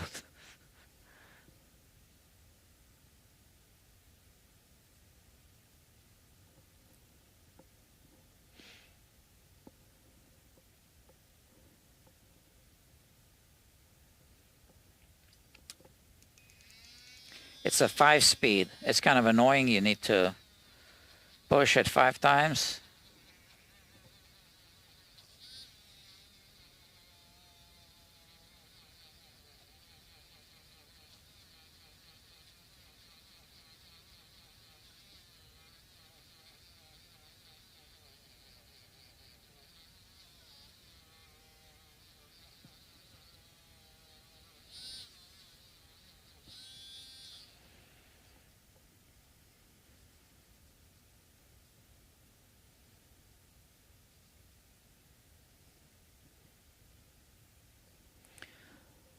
Yeah, so you guys should check out the new video on the main channel, and I really appreciate it because you can support these efforts in many ways. It doesn't have to be financial. Financial always helps, but I really am not pressuring anyone to send me money. But you can support the channel by clicking the hype button. So apparently YouTube does something when that button is clicked. And it pushes the content to more people.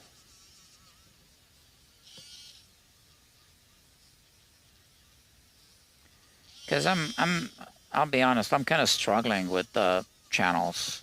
They're not doing well enough. Let's be honest. I have less than 10,000 subscribers on the main channel.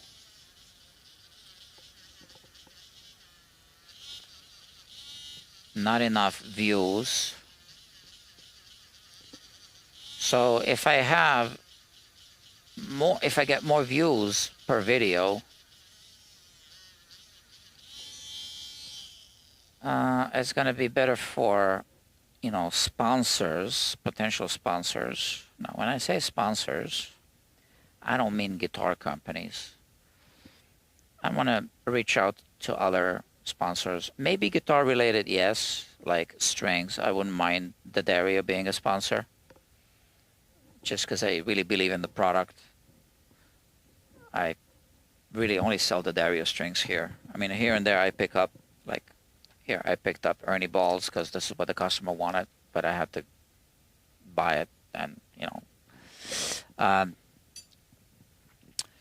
But I wouldn't mind having non-guitar related sponsors, but you know, sponsors that make sense somehow, that people need.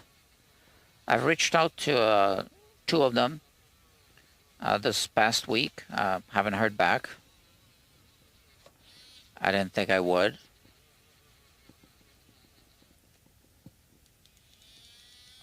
They don't know what they're missing, right?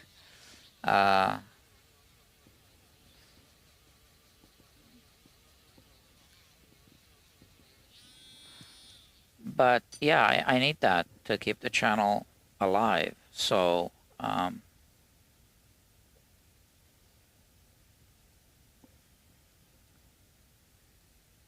trying.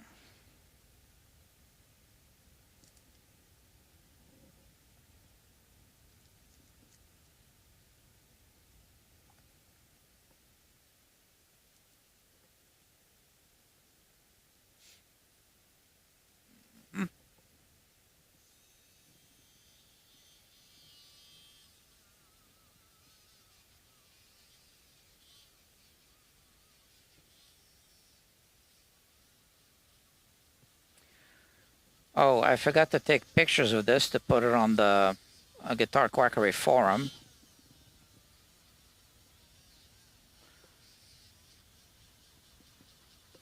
Because I have a section, what's on your bench? So I should.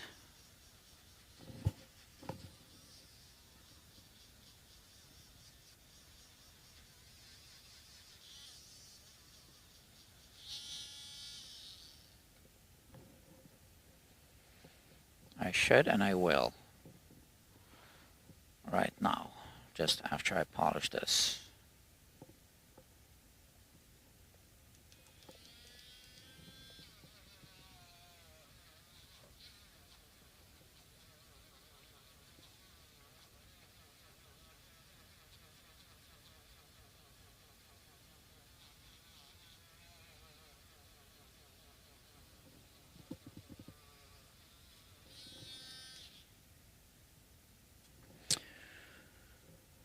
All right.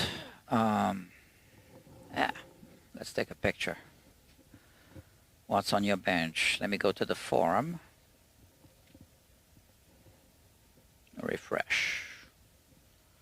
Any new posts? Nothing. Ah, it's a small forum.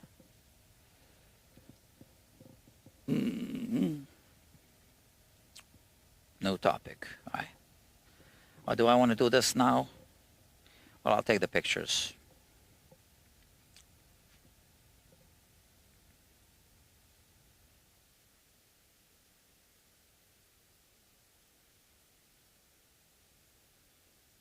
Oh, come on. Okay, one picture. One picture. I'll post it later. So hold on. 3 phone calls. Who called?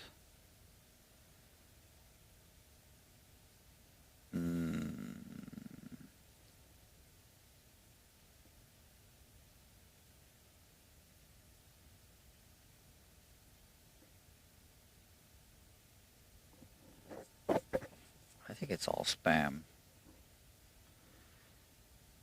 And I'm still thinking about how to make it work. Okay, so this is Dr. Kevin about the FretLab Pro.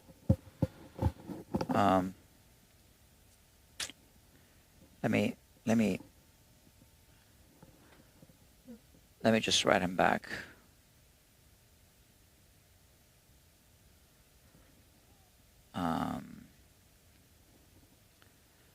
I'm at the shop. I'm at the shop.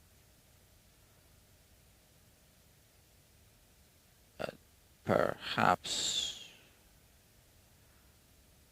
I can get on a call in about 1 hour. Hopefully. All right. And another text message came in.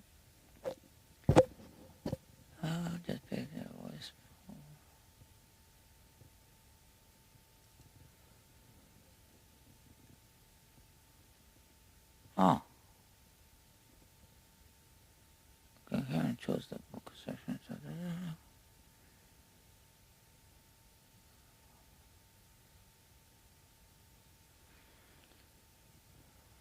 Okay. I'm just going to give a thumbs up to this person. And okay, that's that.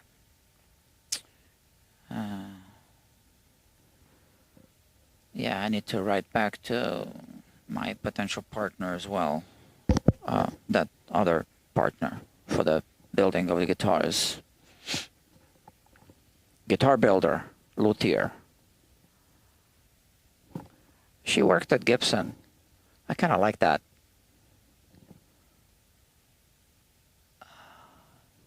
Even if we know that Gibson has some issues with quality. I don't know. Is it her fault? I don't know. I actually haven't seen her work. I've seen videos of her working that she posted on her Instagram.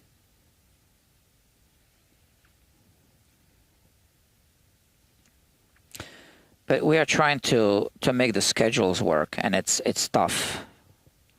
I hope we can find a solution.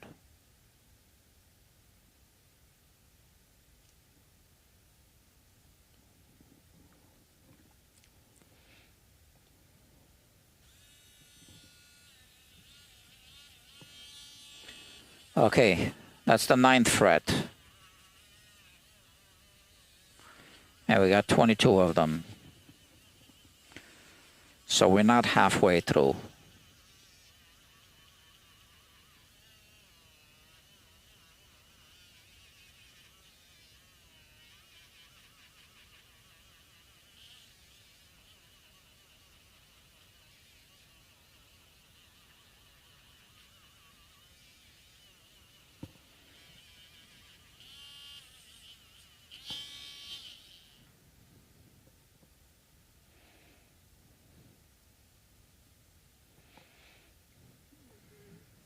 Okay, looks good.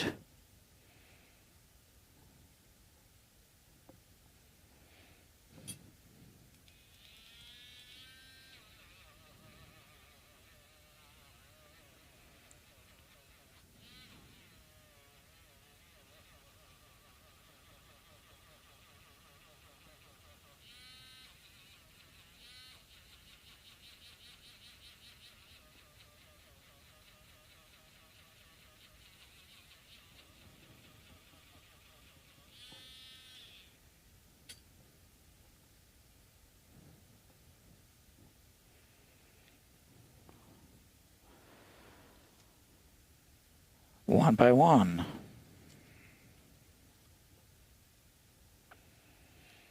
One of my viewers once said, fretwork always gets you. And he was right. Sounds like an old Chinese proverb.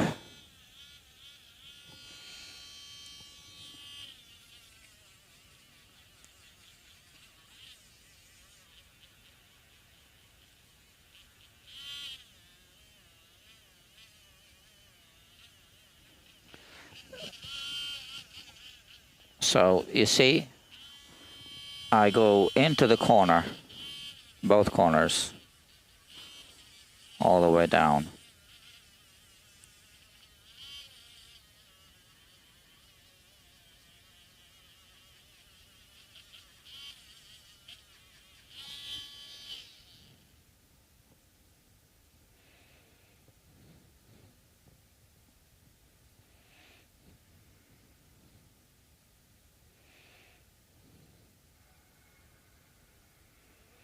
That's enough.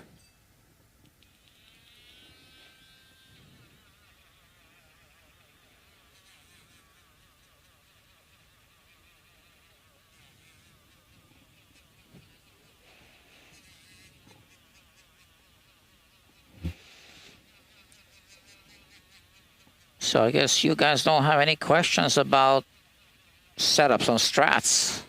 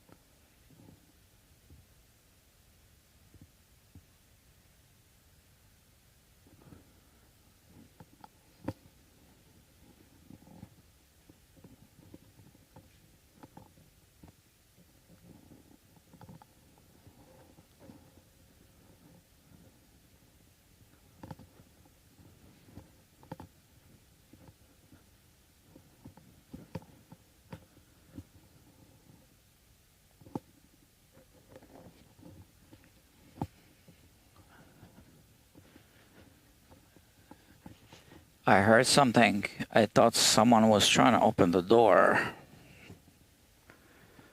And no, I don't see anyone on the cameras. But I definitely heard something. Because I'm by myself here now. And this is an office building, not residential. And it's Saturday evening. Almost 9 p.m. So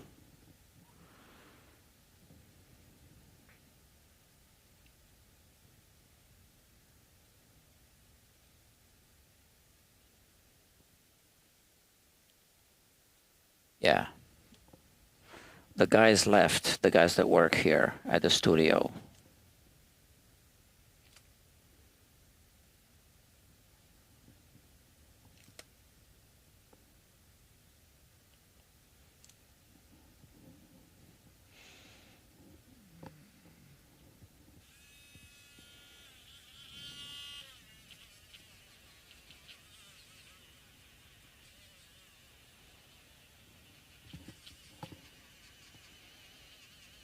My watch is telling me that I was active, that I completed my activity circle just because I went up to see if someone's at the door.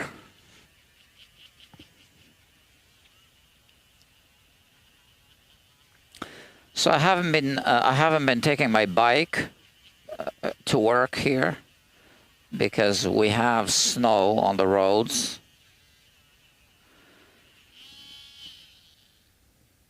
I don't so much mind the cold because I can deal with that.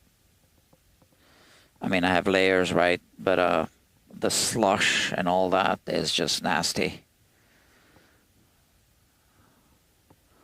So, and I really hate taking the subways.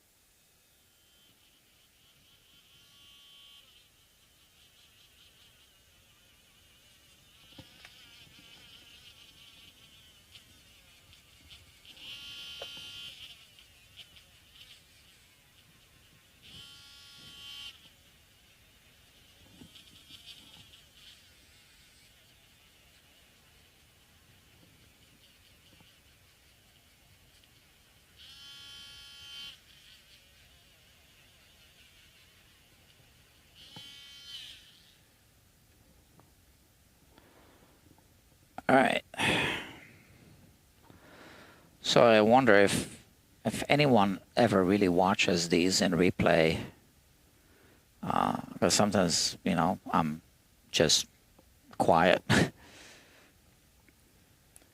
Oh, he can't make it tonight. The price is currently the same. I was planning to.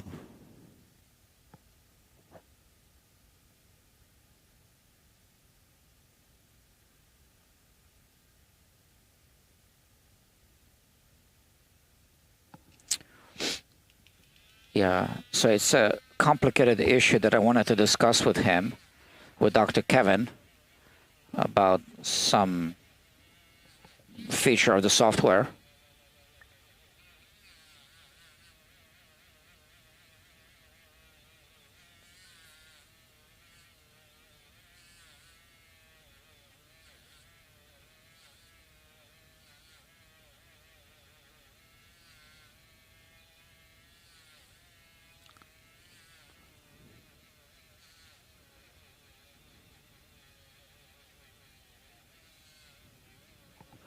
I'm going to write.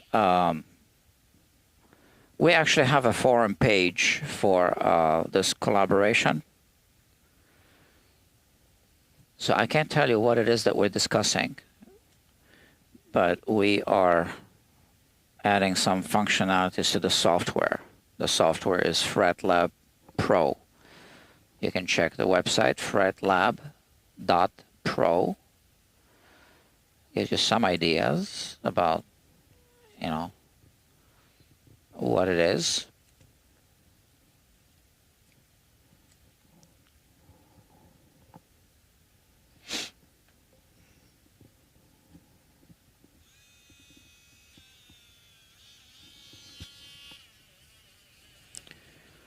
So after this, I need to finish a setup on a base and then record a video of that base. I already recorded a video of that base, but before the setup. So I guess I don't need to record after the setup because it's a review of the base, right? But then I bought another one. I have it right there, brand new. And I'm going to review the brand new one and we'll compare it to the one that the customer has. So this way it's, you know, we're reviewing two of them. Without the console.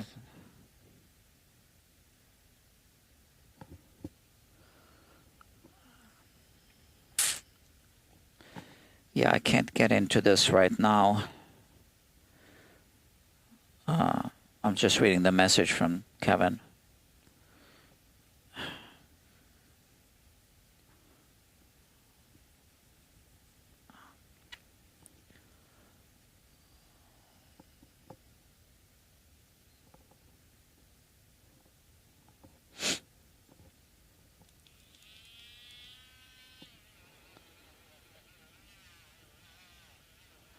What was I talking about? Can't remember.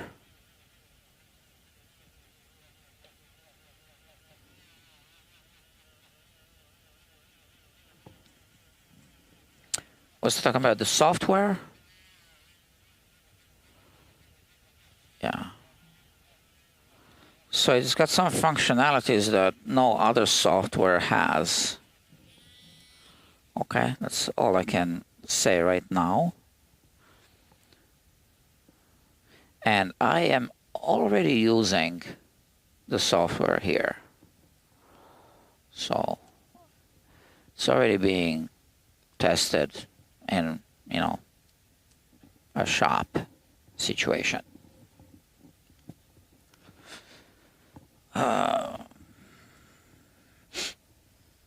So let's see, 36% battery power on my phone.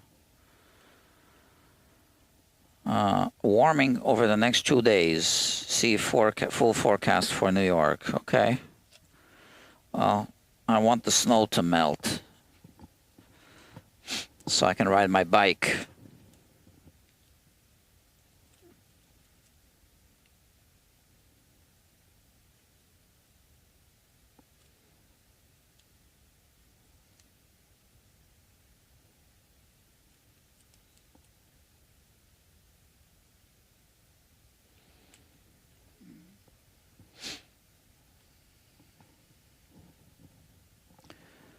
All right.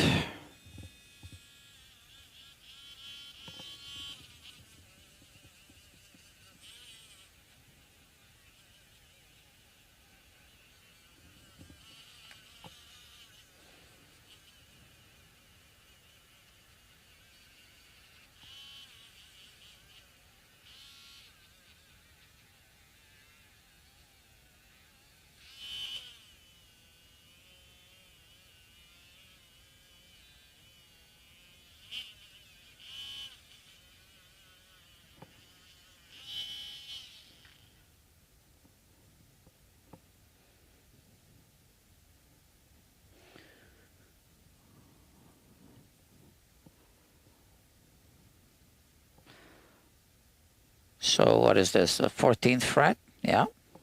So we're past a halfway point.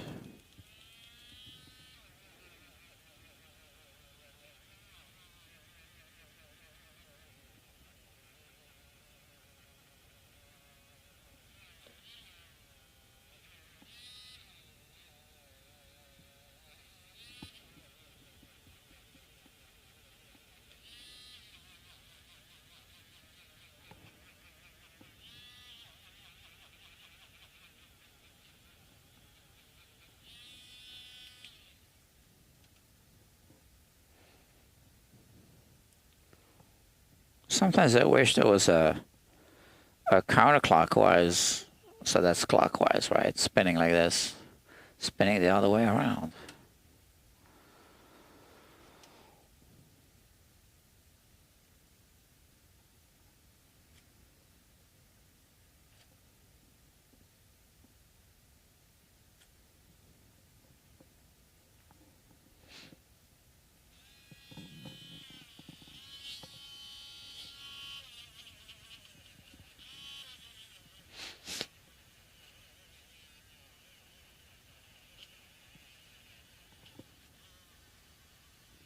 I almost didn't do a live stream of this today, but I just decided, okay, let's try out the Ask a Tech segment, because I haven't done Ask a Tech, in a while. It's been like 2 or 3 months since the last one.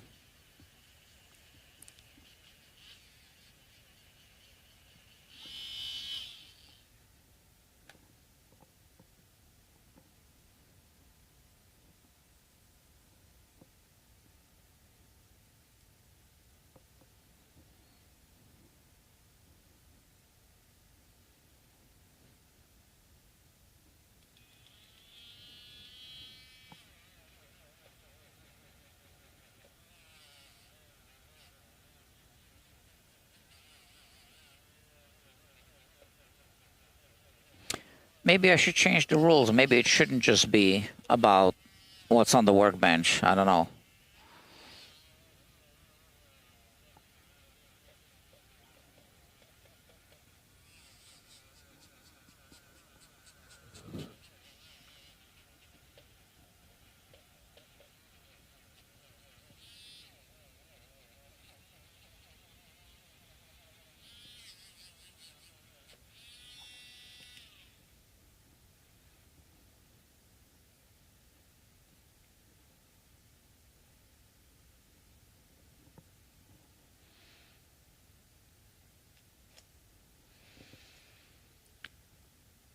So, honestly, I'm tempted to maybe end it here, because maybe I should talk to my buddy Kevin about the software, because he can't take a call in an hour. But I'm not sure if he can take a call now.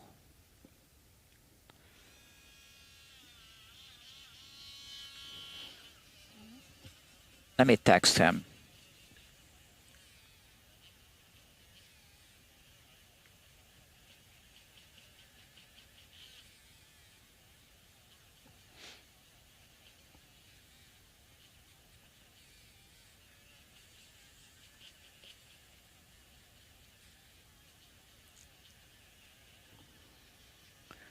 Because if, what, I only have like 3 people watching, because I'm the 4th one, and there are no questions, no new questions, so maybe I should just end it here and take a call,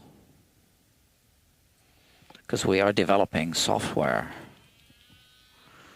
that's going to be amazing. That's already amazing.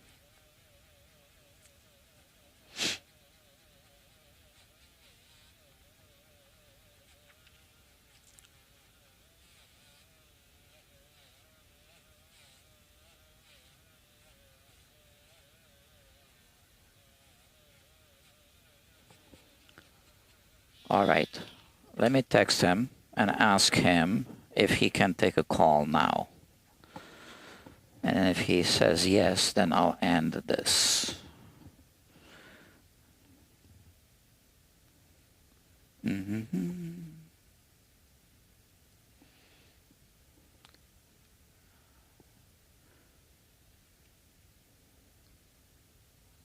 Can you take a call now? Let's see what he says. So friends, if he says yes, I'm going to end this. I mean, the rest of it, I'm not going to file the knot. It's really... Oh no, that's something else. Yeah, I don't need to file the knot on this one. It's a really well-made knot.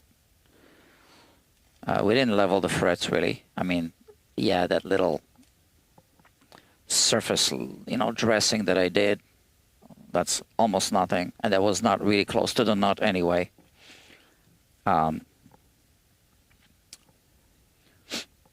So I'll then put the strings on and, adjust the truss rod. I will adjust the springs of the trim. So he's going to have it flat against the body.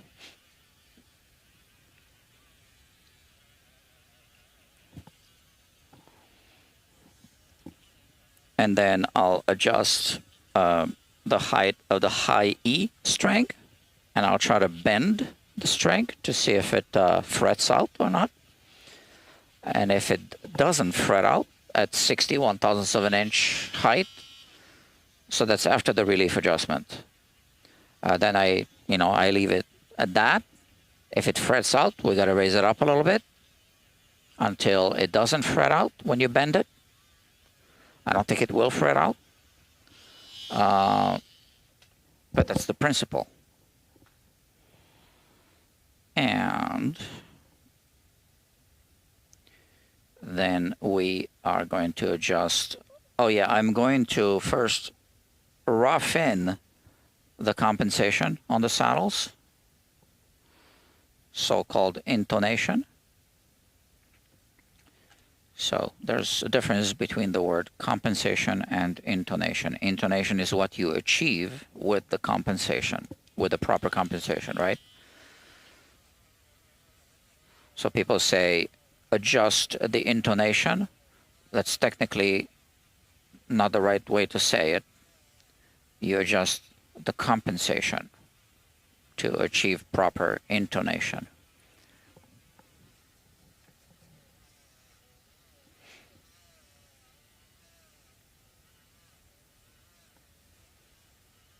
Right? You're not adjusting the intonation. The intonation has to be achieved.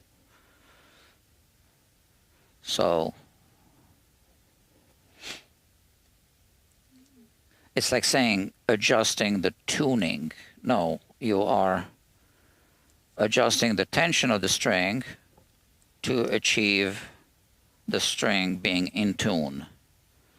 So intonation is something other than in tune, but similar.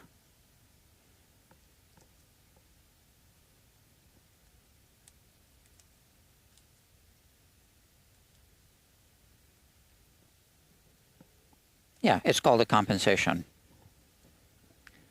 And oh, he didn't reply yet, so probably he can't take a call.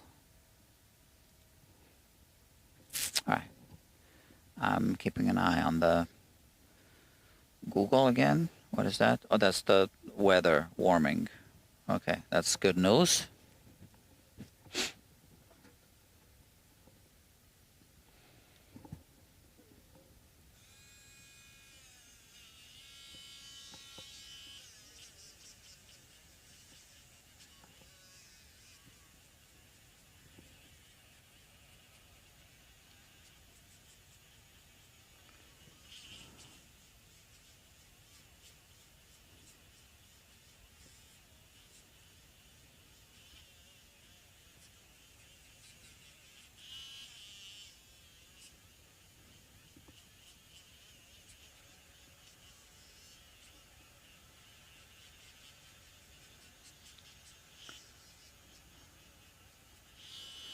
All right, so my potential partner luthier. So because we are trying to figure out the schedule that would work for both of us, but there's more to it than that.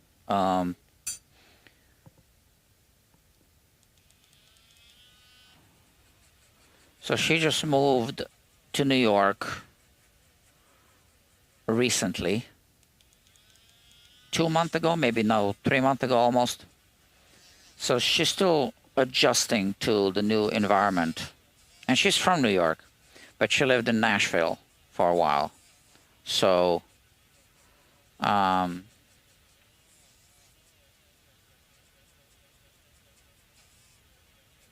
yeah.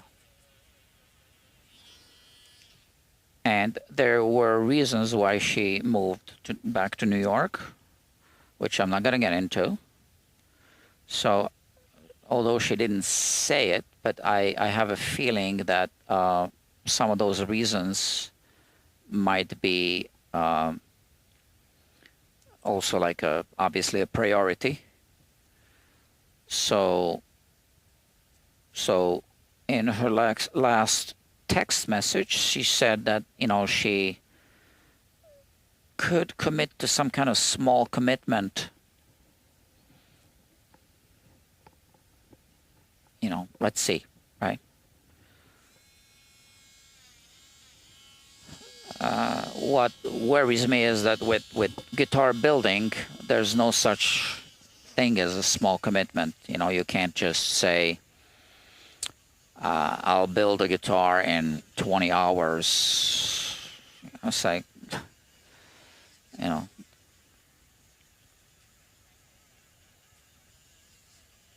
because we are talking about building guitars. We're not talking about assembling parts casters. So we need to make templates, a bunch of stuff. So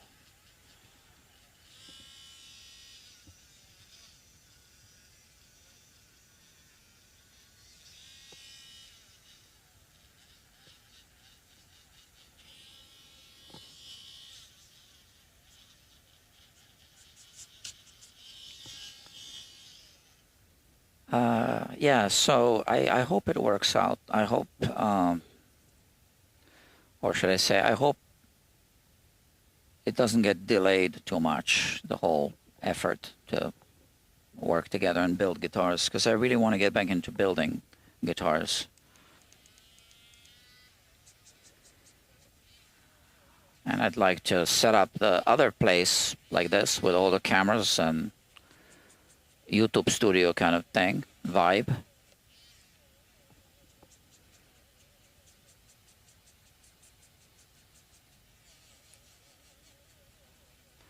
But all these cameras and all, that cost a lot of money. So my main channel isn't really making enough for me to justify buying a whole bunch of cameras again.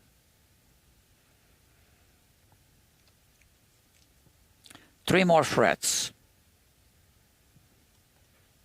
These three.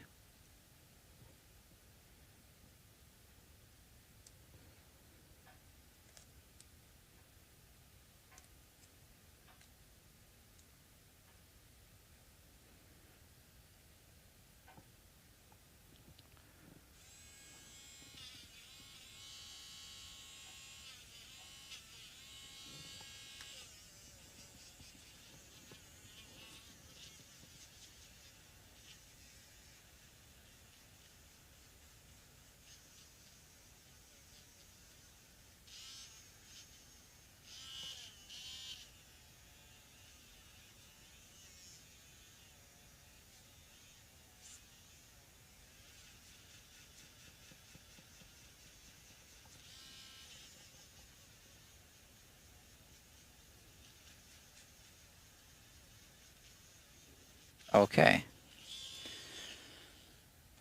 We're almost done with this.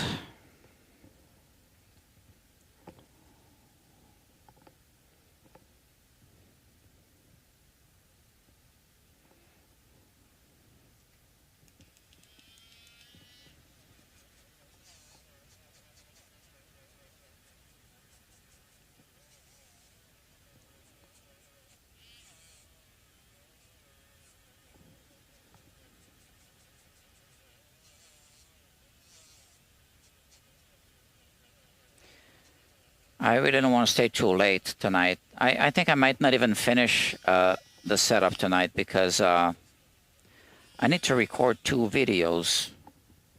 So, yeah, I think I might just clean up the fretboard and put the guitar away and finish next time. Most likely. I don't know. We'll see. Or maybe I'll just finish. Or maybe I'll record the videos and see if I have time left to finish it. How about that?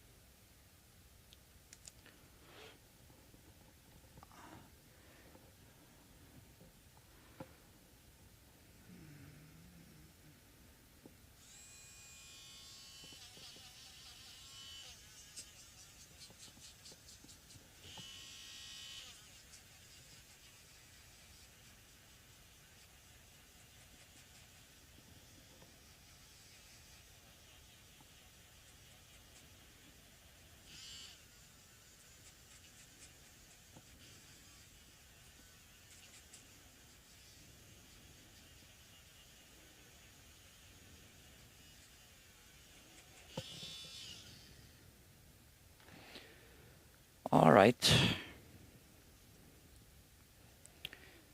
After this one more, and then that's it.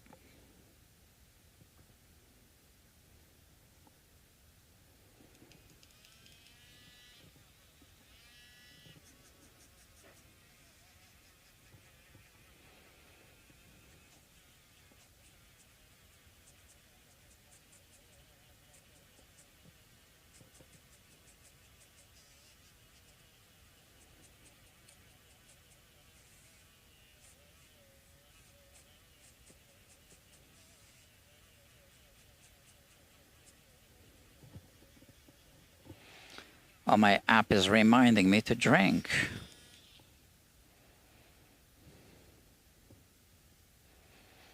I did drink, I just didn't log it. But I'll finish this one and then I'll drink.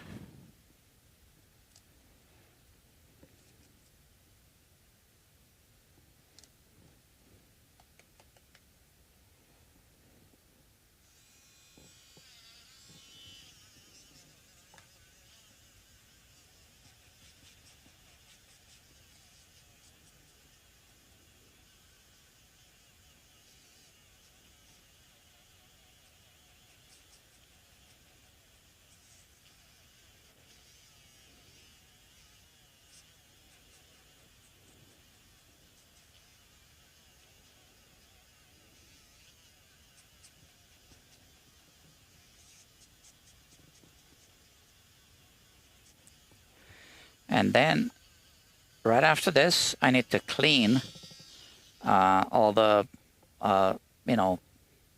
stuff from the buffing.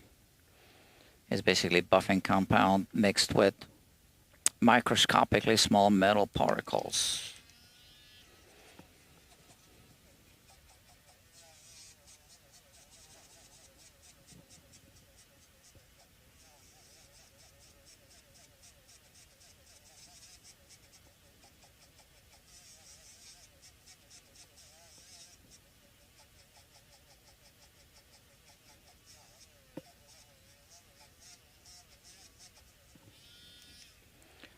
Okay, so first things first, I need to charge these. So Kevin did not reply, so I guess he can't take a call now. All right, too bad.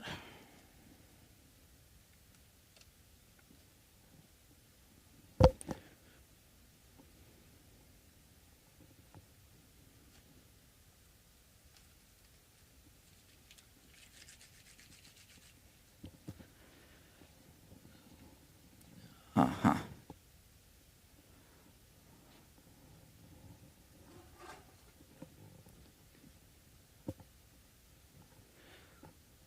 All right, let's have a look. Back to this view.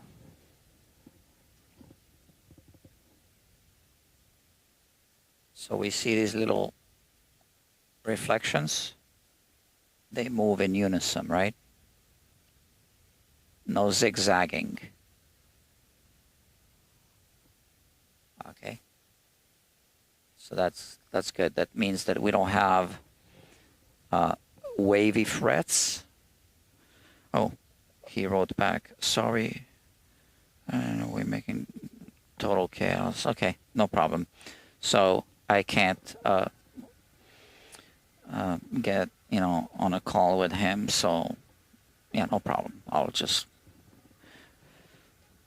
talk to him maybe tomorrow. How about that?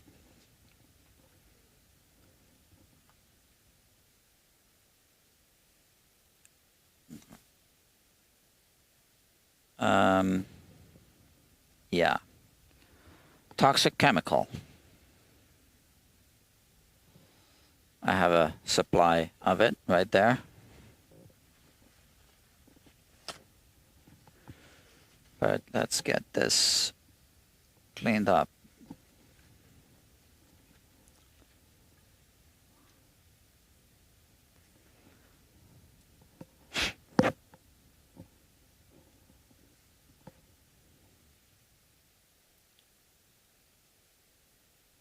So we don't want to inhale this. We don't want to spill it. We don't want it on our skin.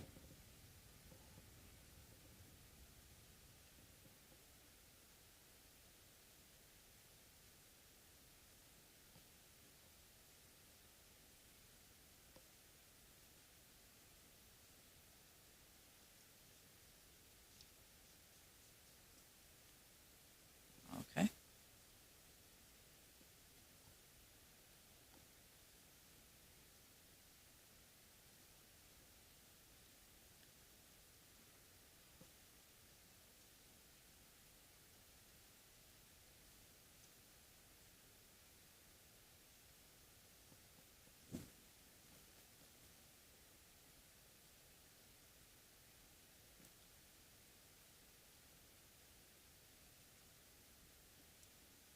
So we don't smudge the, buffing residue all over, which is why I keep trying to find a clean spot.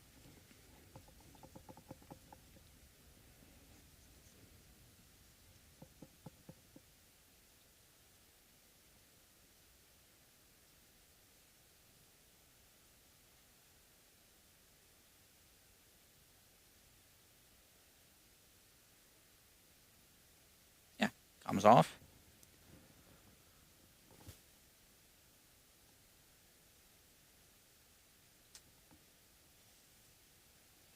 I could remove the neck to clean it. I think I'll do that.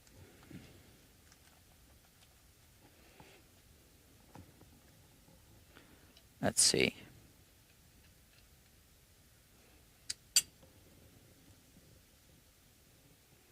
Oh, it doesn't have the micro adjustment. Interesting.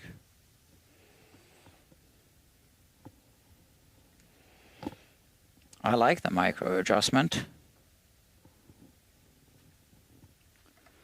Let's see if Farhad put a shim there from FS Luthery. He worked on this guitar. And like I said, he did an excellent job with the nut. I've never seen his work before. I just know his reputation.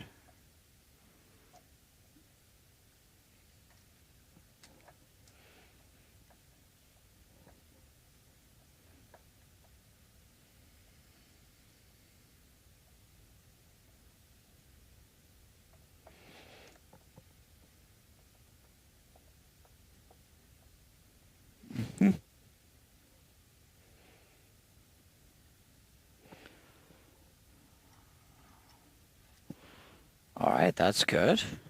Sometimes the screws get stuck inside the body.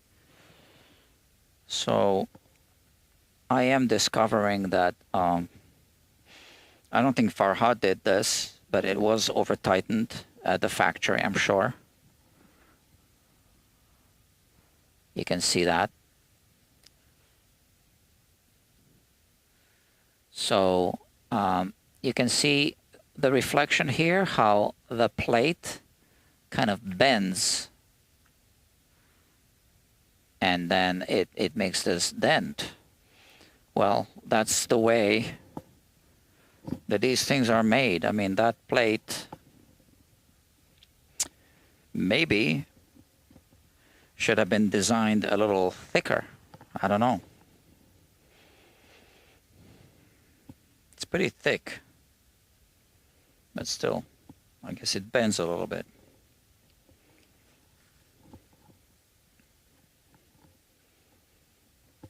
All right.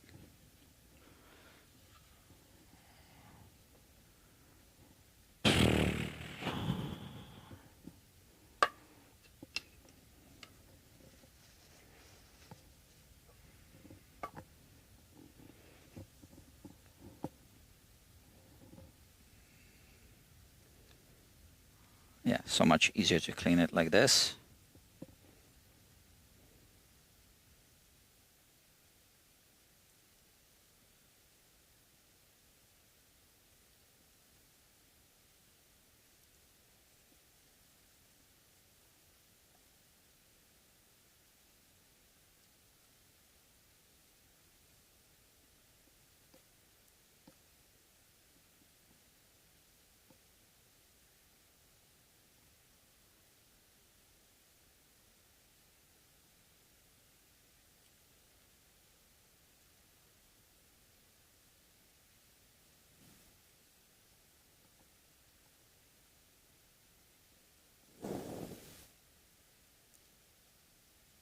Okay.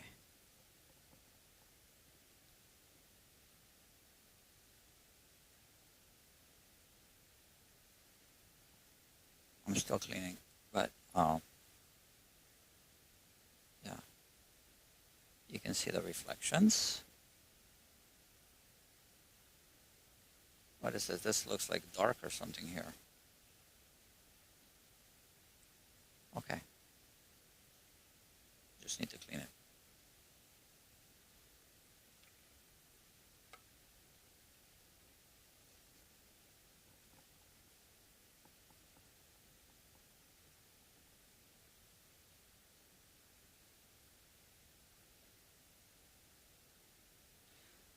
So, yeah, so I like to say that I'm in the business of perfecting guitars.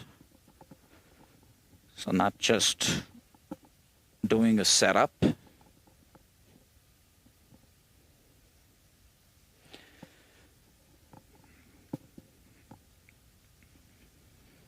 I should charge more for, like the initial thing, and then when you bring it back, then more like the regular price, because the initial thing, like right now, I actually had to remove like the whole bunch of finish that was on the frets. And again, these were not frets installed before they sprayed the finish, but for whatever reason there was something on those frets, and that kind of threw me off, because I saw that this was frets over the finish, but I didn't notice that there was like these things, some kind of residue of something, and I had to scrape that off, because usually I charge more when it's finish over frets, because I know I'll be scraping that finish. So now it is what it is.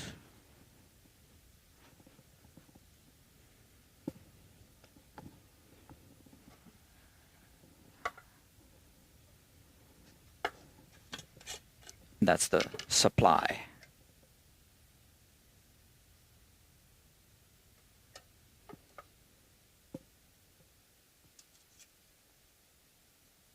Right here.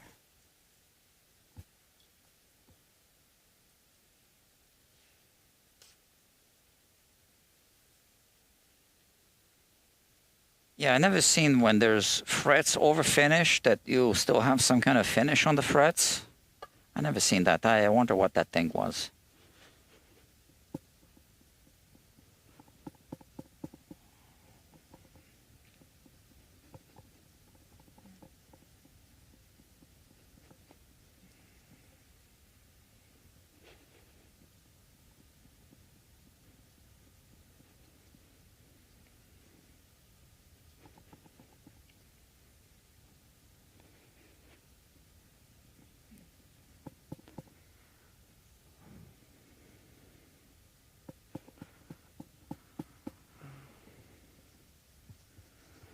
Okay, check this out.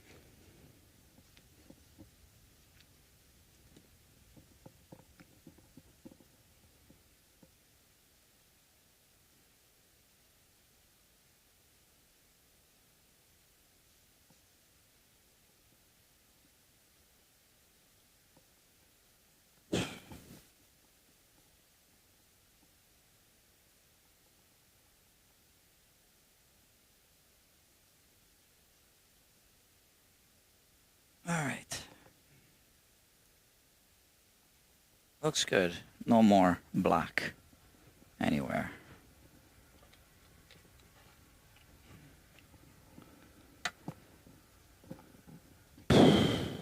So, this looks good.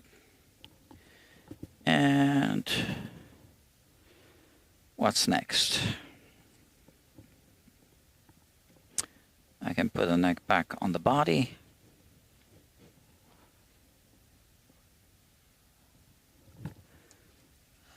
People are still watching. Small audience. Average view duration, 25 minutes and 51 seconds. 35 views altogether. 4 people watching. One of them is my phone. So 3 people in reality.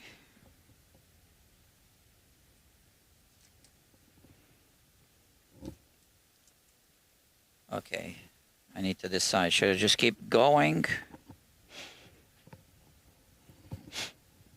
All right.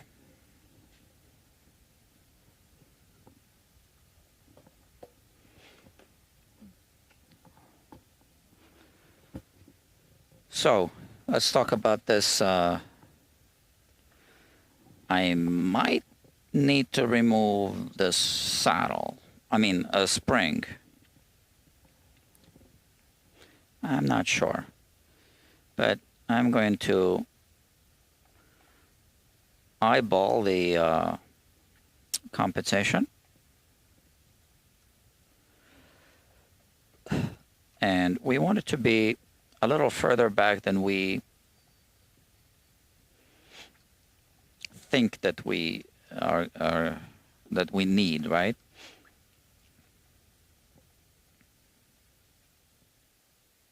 And sometimes on the low E, we need to remove the spring. So right now it's all the way squished. So let's see. But, you know, that's roughly how it's going to be. This is tight.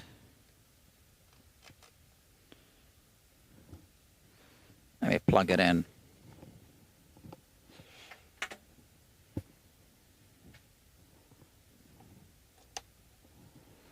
Let's hear it. Okay.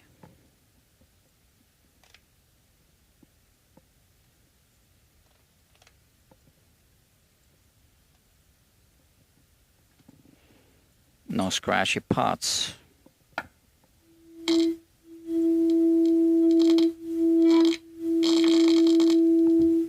I hear some crackling.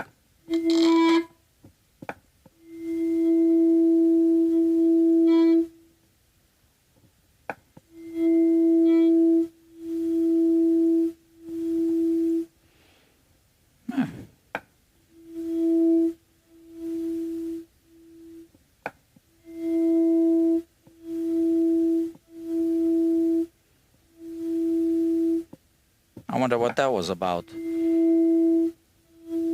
I think the crackling might have been coming from the speaker, because I wasn't moving the potentiometers. Oh, it's a push-pull.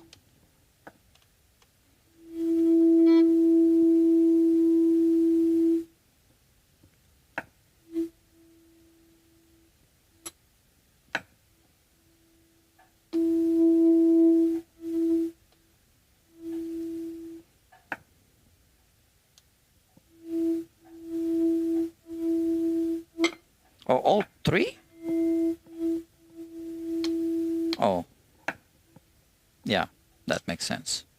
Push, pull? Yeah, okay. So I was in this position. Now this.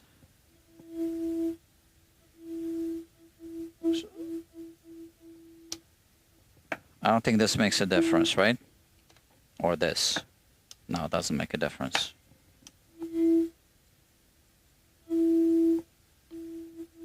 No. All right, I don't hear any scratchy pots. This is good. Doesn't move. Okay. That's good. Need to remove this plate.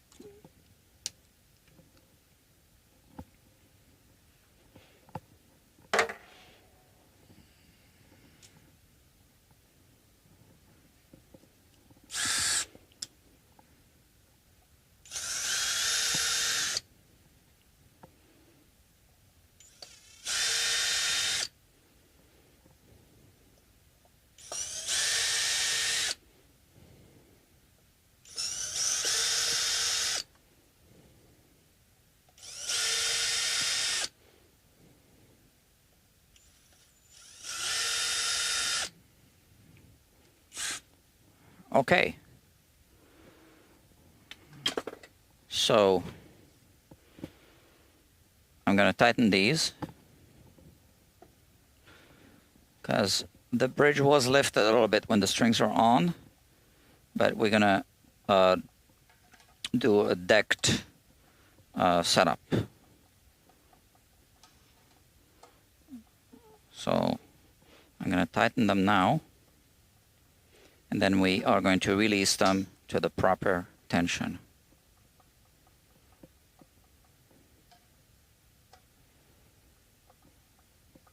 I think this is plenty tight. We're going to put 9s on, right? So, okay, these screws look good. Yeah, that's fine. And yeah, we can put the neck back.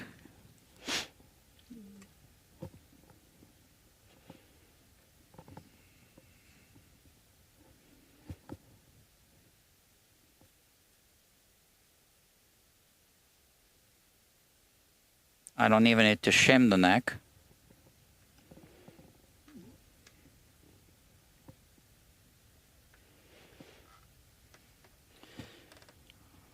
Okay. I can see soap or wax. So always go back until it sinks. That just did it, but I forgot the plate. So we go counterclockwise first. Boom. All right.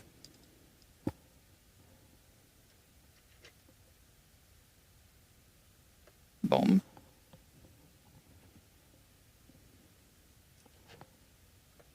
Oh, that's it? Okay.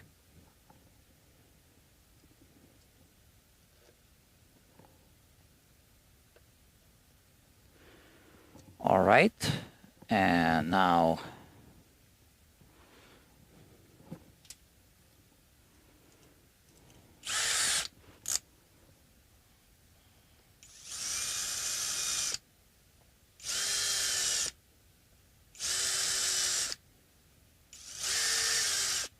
so I don't tighten them all the way down, I tighten them by hand.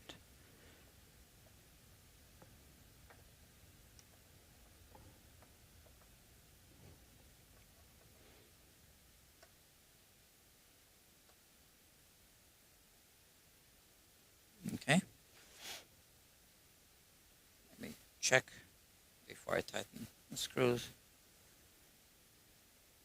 Looks good. Okay, not tighten too much because we don't want to damage the finish, right?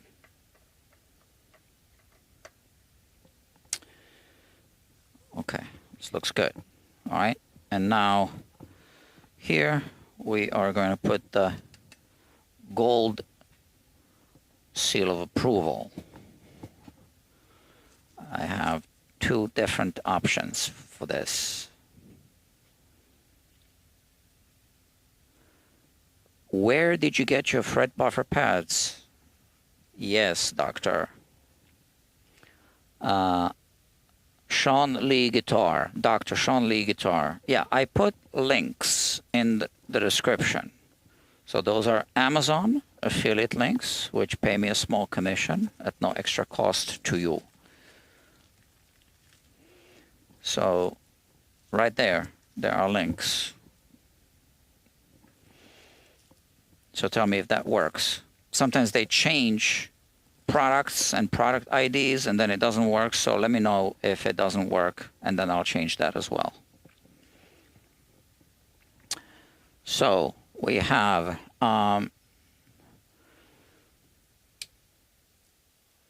this one. That's a Guitar Technicians Guild, which is an organization that I'm trying to establish. Okay, this is it. GTG, Guitar Technicians Guild. And that's the same thing you see here. Okay.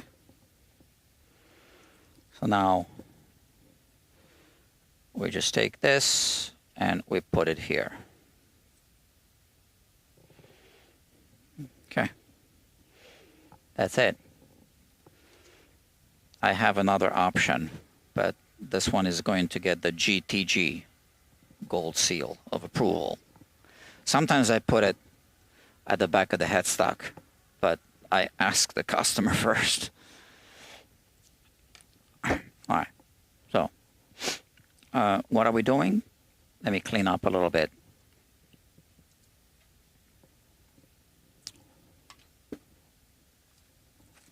We'll put the strings on. Thanks, will do. You're welcome, doctor. And if there are any links I forgot to include, product links or whatever you saw me use, just let me know, I'll update it. I might have to update it after the live stream. We'll see. Sometimes I update it during the live stream, like I did this time. Okay, so we don't need these for now. And where's the long one? Oh, here.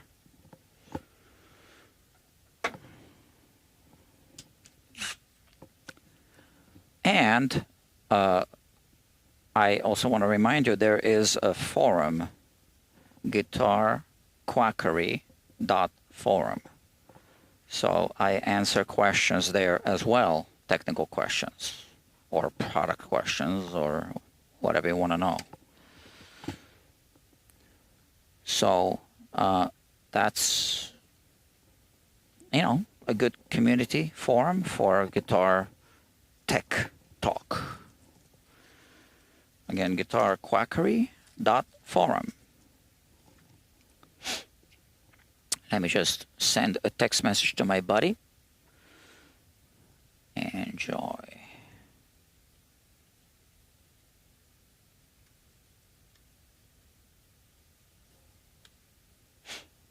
Okay, what's that?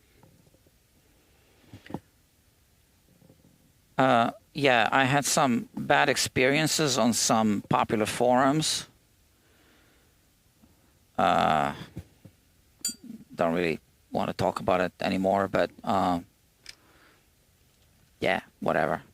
So I decided to just not go there anymore and just start a forum that's more open-minded, maybe. Maybe that's the good word. or without double standards.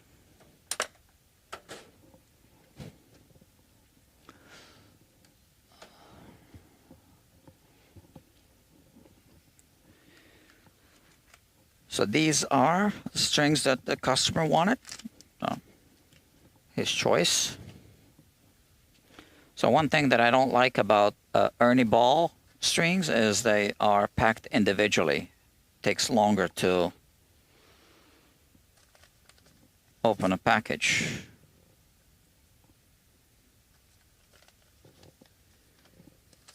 And then more paper waste, I guess. Not sure about that because the Dario package is also paper, and it's thicker paper, so might be the same amount of paper that's being thrown away. I'm not sure.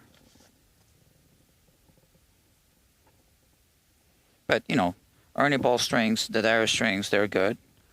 I just, you know, I don't like to deal with this. Yeah, so. All right.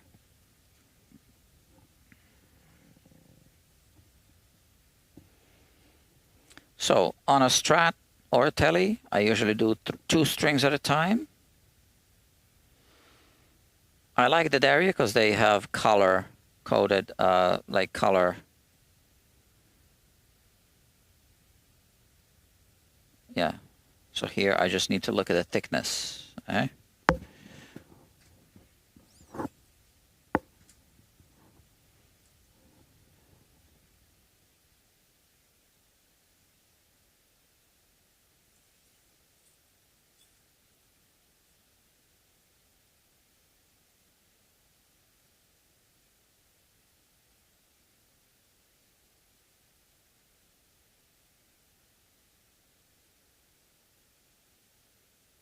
Yeah, that's right.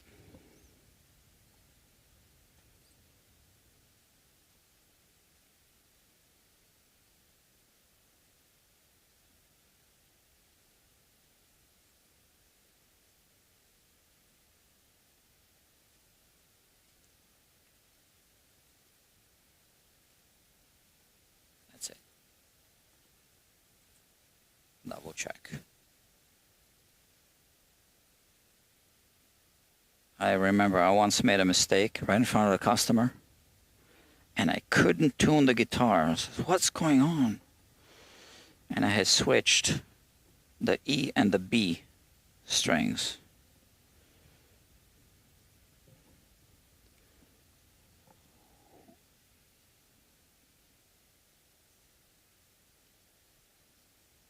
Okay.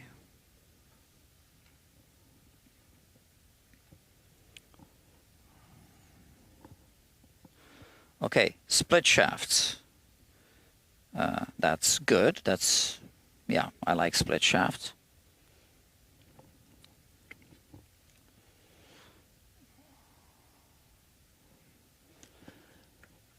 I guess I can use this.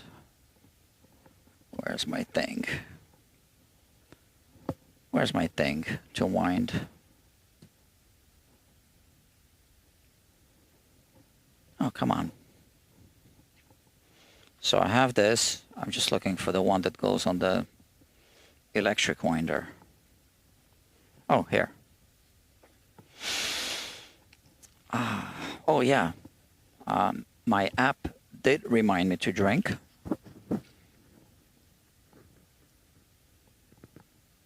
And I need to log it.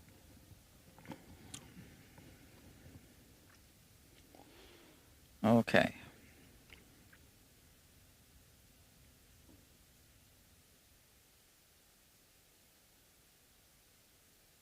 Doctor, perhaps I missed your comments, but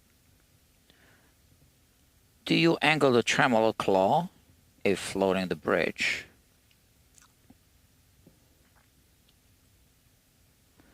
I do not. So I do respect other technicians that are taking the time to make a YouTube video, but sometimes I disagree with what they say. So let's talk about your question, because that's a good question.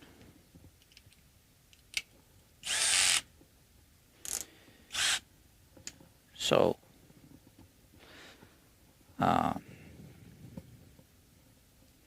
let me just make sure I don't run out of battery power, because I run my laptop off of the battery, right? Okay. Oh, and these are charged now, fully charged. Okay, so Dr. David is asking, do you angle the tremolo claw if floating the bridge? So I'll explain what that is. This is a question about a setup on a Strat. So yeah, that's what we're talking about here. You know what? Look at this. Now the strings are, sticking upwards. I want to turn the guitar around, but I don't want to damage the strings. So why don't I put the strings on first, and then I'll turn it around. That's going to be better.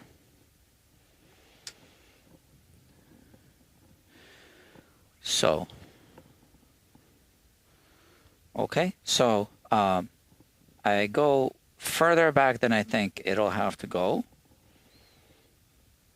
And then here,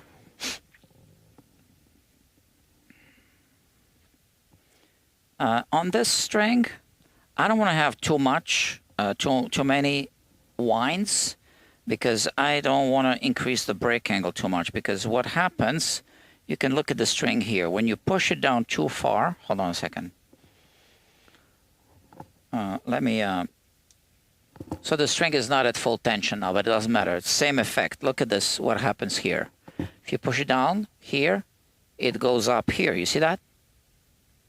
So if you put too many winds, you end up floating this part of the string at the tip of the nut, and you get this arching. So you don't want to put too many winds here. Now this is a thicker string than the other strings, so the more winds, the more it brings the string down. So I usually snip it around here,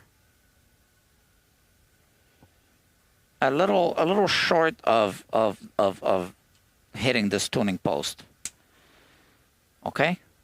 Now we need to make sure that the string is all the way inside of the trim block, right?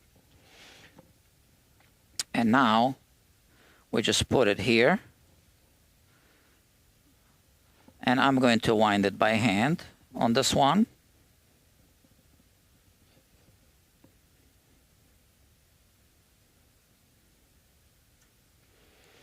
And it barely ends up here touching this thing here. I don't know how to, this crease, right?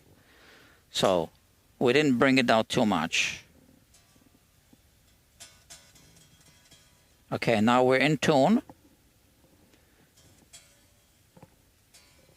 But it's not set up yet, right? So we have a little bit of a back bow, which I adjusted before, which I actually should readjust now.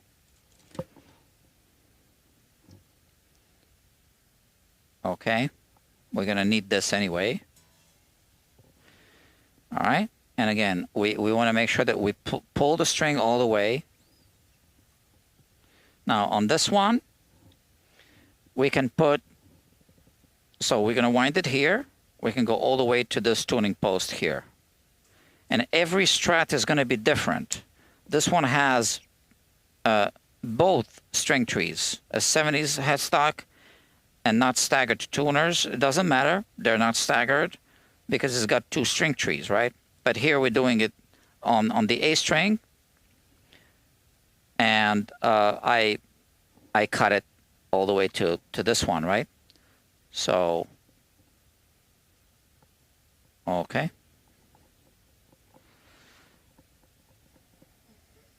So again, I don't want to put too many winds because I don't want this break angle to be, too much. affects the tuning stability.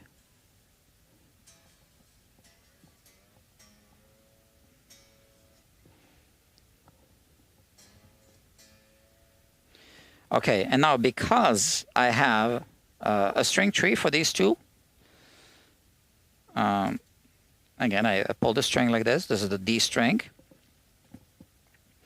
You know, so we're gonna do it here. I want to cut it actually a little further than this, and it's going to be different if I have tuners that are not staggered tuners and no string tree here. But now I have a string tree, pulling it down. So actually, this is going to be pulled up towards the tuning, towards this tuning post, right? Which is why I want to put just a little more than on this one. But not too much, you know, if we have a trem, but the trem is not going to be used on this guitar. That's my understanding. Okay, so we go like this, and now I can go around on this string because it was longer, and now because I went around, I twisted the string, so we want to untwist it. We want to untwist it, and now we can again wind it, and I wind it away from the nut. Drop it in, drop it into the string tree. This is a, I guess, tusk string tree.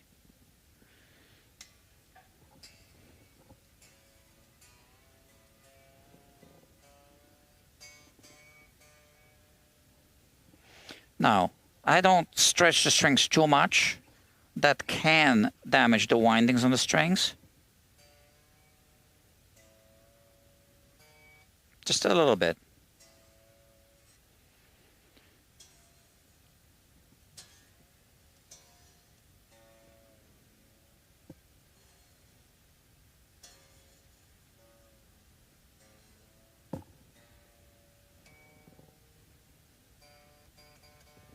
Okay, again, we pull the G string, go across the saddle, measure it up over here.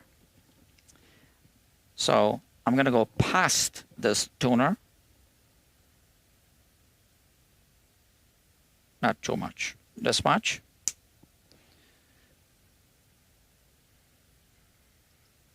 Like this, around and around. And, oh, that wasn't good.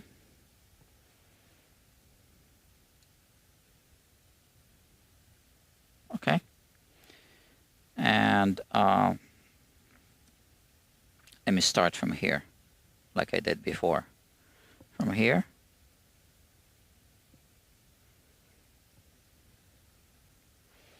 Okay, so that might have twisted now. It snapped out, so I don't know if it twisted the string or not, but I want to untwist it. And once again, now I'm going to wind it.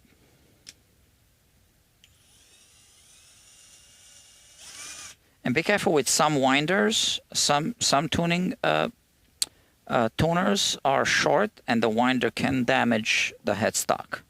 I've seen that.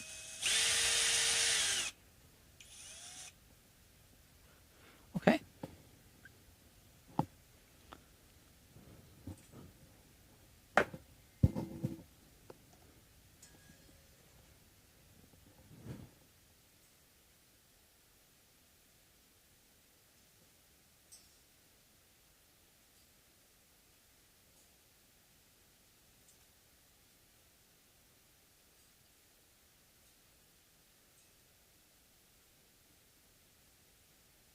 So this string doesn't have a winding, so I can stretch it more. Not worried about damaging the string.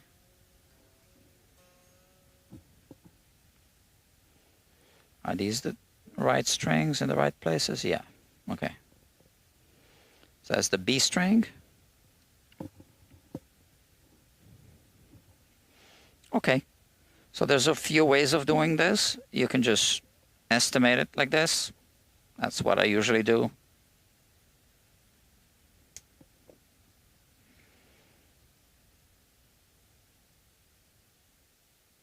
going to start from here, around one more time.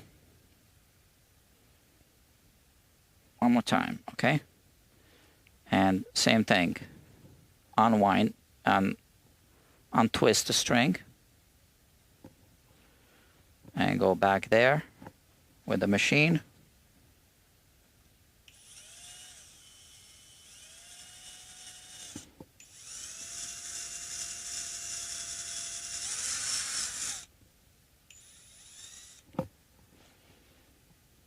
This is good. All right, drop it.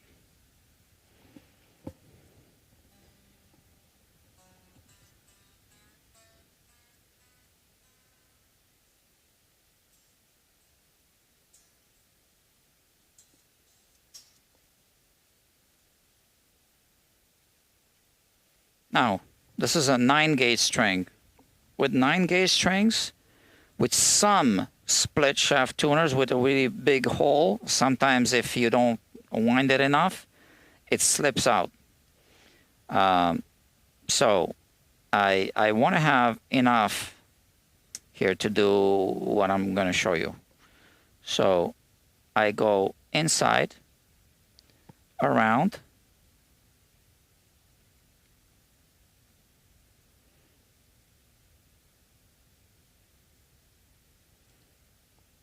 hold on.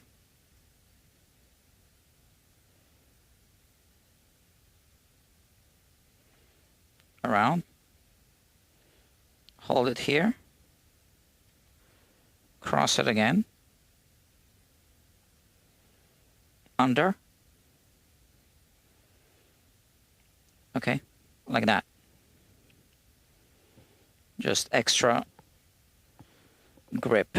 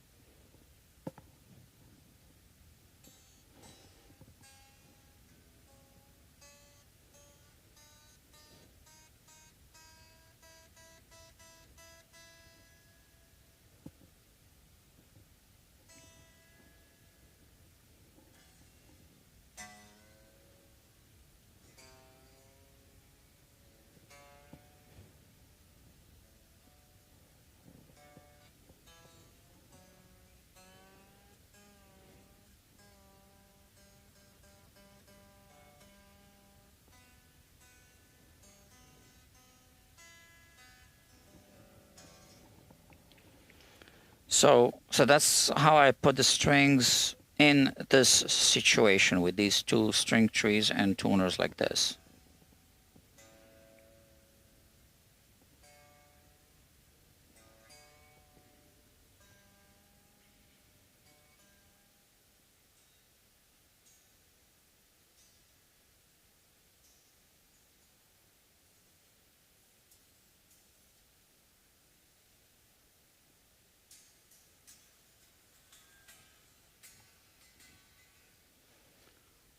Okay, so let's plug it in.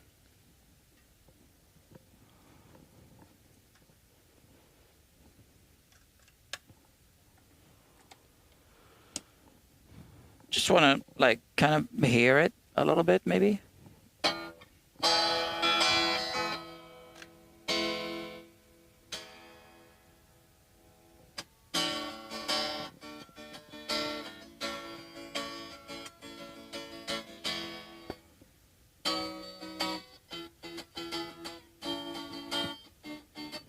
So I already like the way it plays.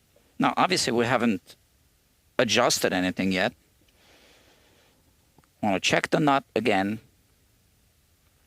Yeah, I mean, I did talk to the customer. Like, I could get the nut lower, but he didn't want to do it. And I think it's within spec that, you know, that we accept. I just when I cut the nut, I cut it a little bit lower, but we'll leave it like this because we're not doing a nut job. So,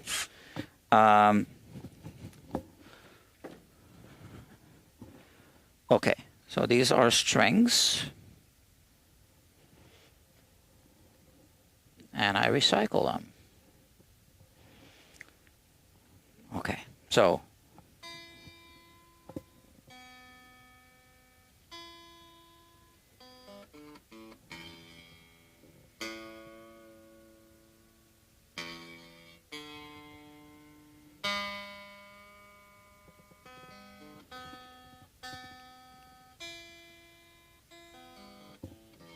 okay, we want to measure our relief here.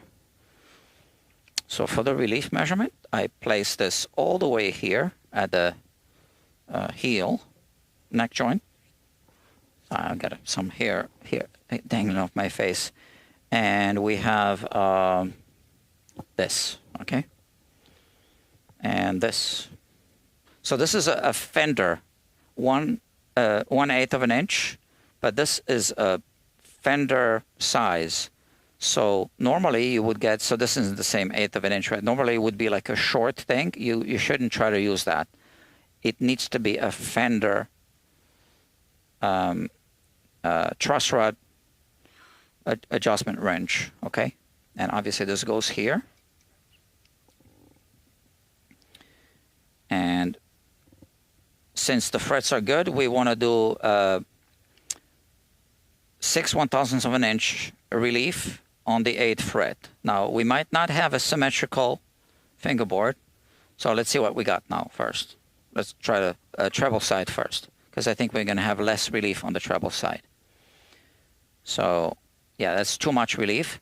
So we want to tighten it a little bit.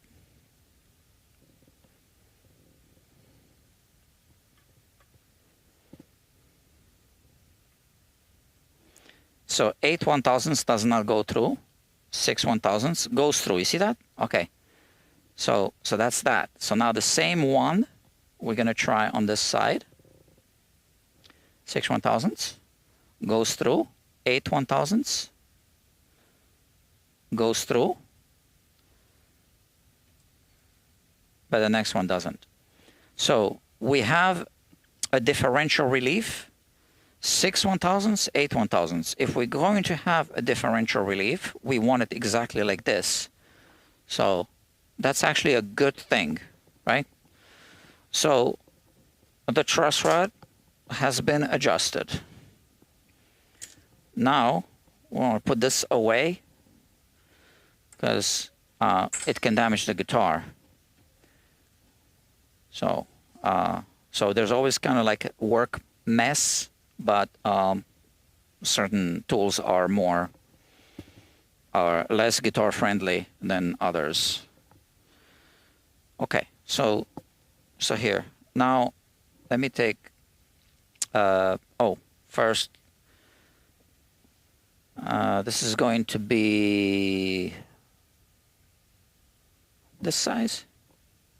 No.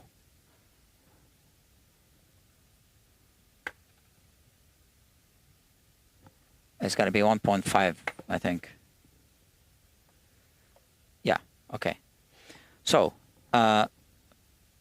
action gauge. Now, I adjust the relief on the bench, but I adjust the action in playing position. So here, I'm looking at the 12th fret. So the nut, we're not touching in this case. Relief has been adjusted. And here I want to raise this a little bit now to 61/1000ths of an inch. Or did he say that he wants it lower? Let me check my notes.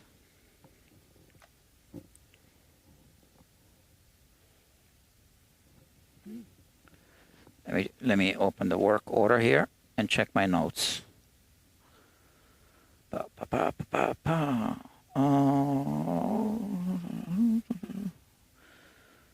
Why can't I find him? Oh, here. 10, 46, 6 years ago. 6 years ago. Like butter, guitar played like butter, okay. So he installed the Tusk XL nut, customer phone, chrome's on, 1 month ago. Okay, it didn't feel right, okay. Drop off. Okay, action, but E string frets out on bends after 13th fret. Okay, so E string frets out on bends after the 13th fret. So it is too low now. It's gonna fret out.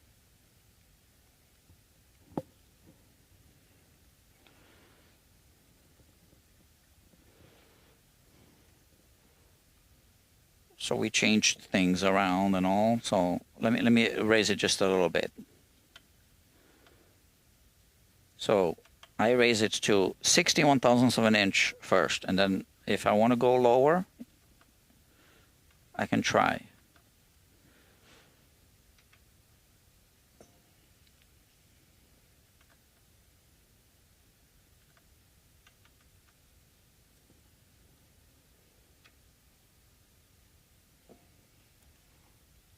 We're still not there.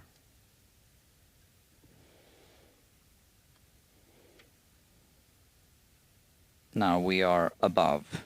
Okay, so let's lower this thing a little bit. Okay, we are at 61 thousandths of an inch. So that's the 12th fret.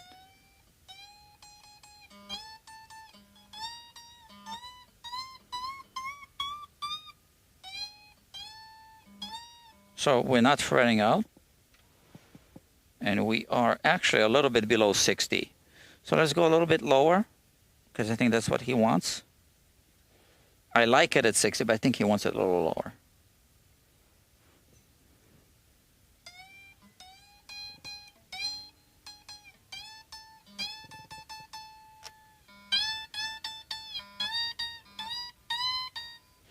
I wouldn't go any lower than this.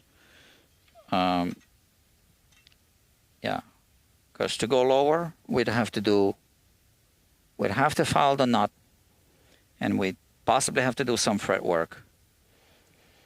Again, we didn't scan the guitar, so I don't have a full picture of the fret work. Okay, now we adjust the low E string. I'm going to raise it up a little bit to 70.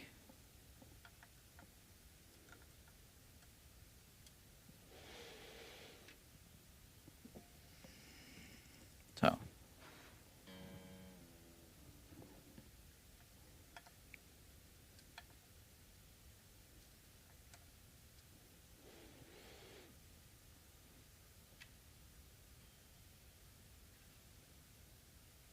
Yeah, that's fine.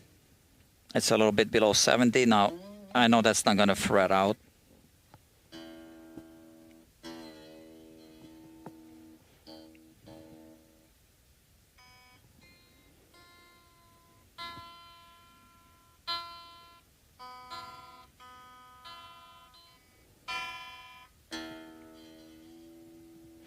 Okay, now let's check the radius.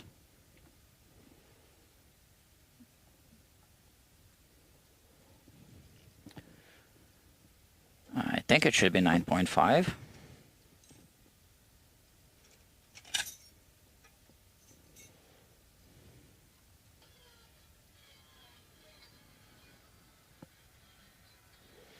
So the fingerboard radius is 9.5, I can see that. And the fret radius,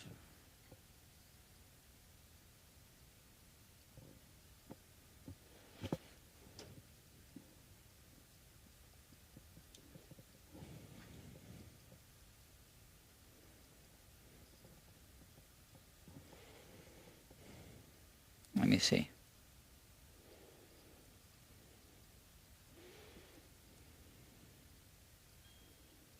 It's slightly over radiused. Okay, but I don't know by how much. This is why I like to scan guitars because our software will tell me exactly what the radius is, and then I can even make some calculations and draw conclusions based on what I see on the scan, but we didn't scan it. So I am going to use the radius gauge here to adjust the radius of the saddles. So here now we want to kind of detune the guitar a little bit.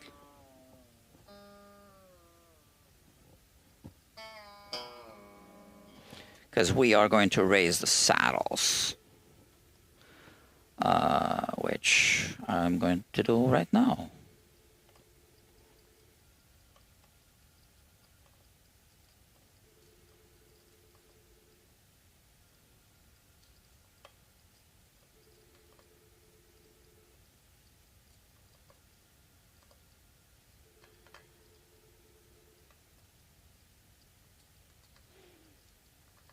Okay, so that's that. Let's check.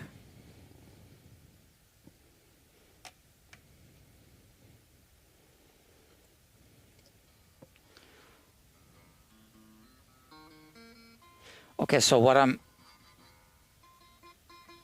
so the two E strings are touching the radius gauge when I pull it up, but the other strings are vibrating above it.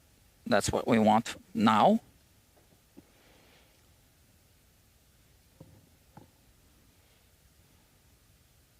Now again, we don't have an exact 9.5-inch radius on the frets, so the frets are a little bit over radiused, but you know, these radius gauges, they come in only these standard increments. So now what we want to do is we want to strike this string and lower the saddle until it hits the radius gauge.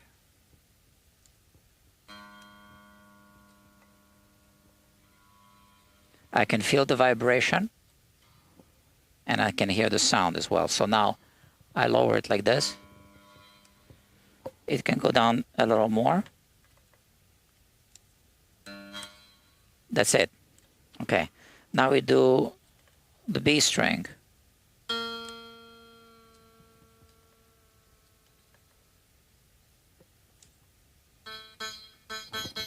It's choking, but it's still vibrating a little bit. That's it. Now we can do either the G or the whatever. I'm here, so let's do the G. So hold on. Yeah.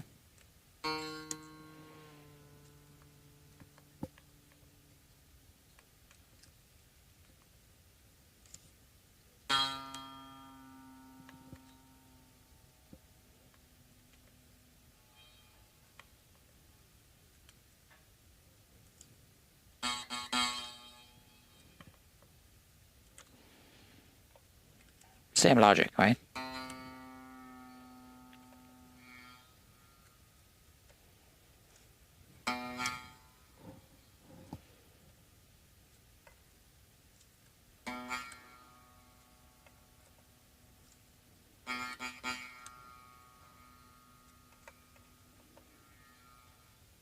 That's it.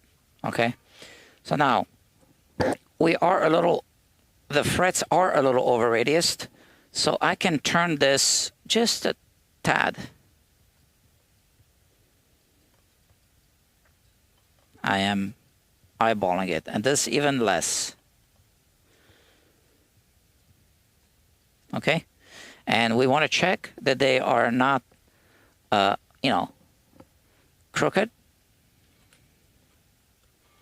If they are, we need to, you know, make an adjustment.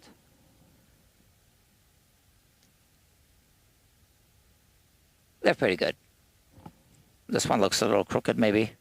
So we turn it by a little bit, and we barely need to lower the other end. Yeah. This one's a little crooked, so we turn it by a little bit, and we lower the other end a little bit.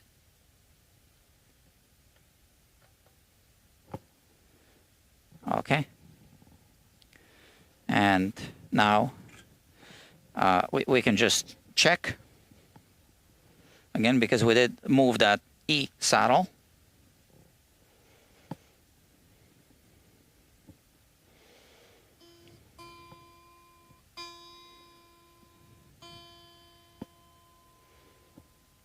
Where's the pick?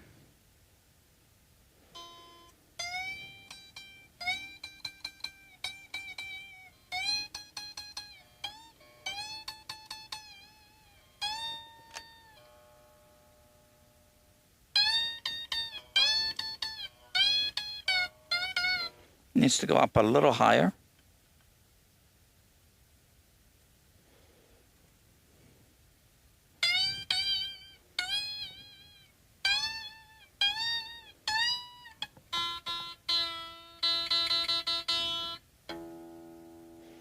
So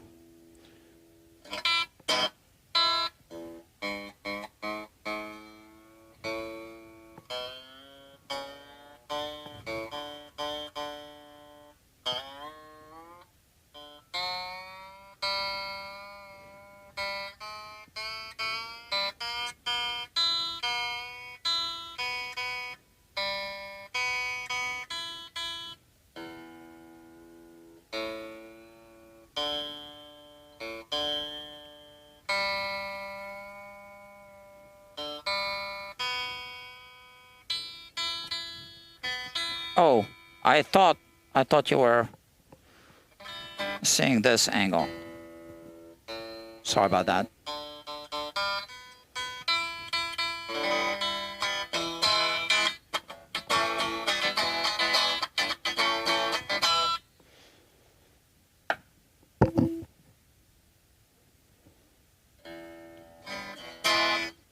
Yeah.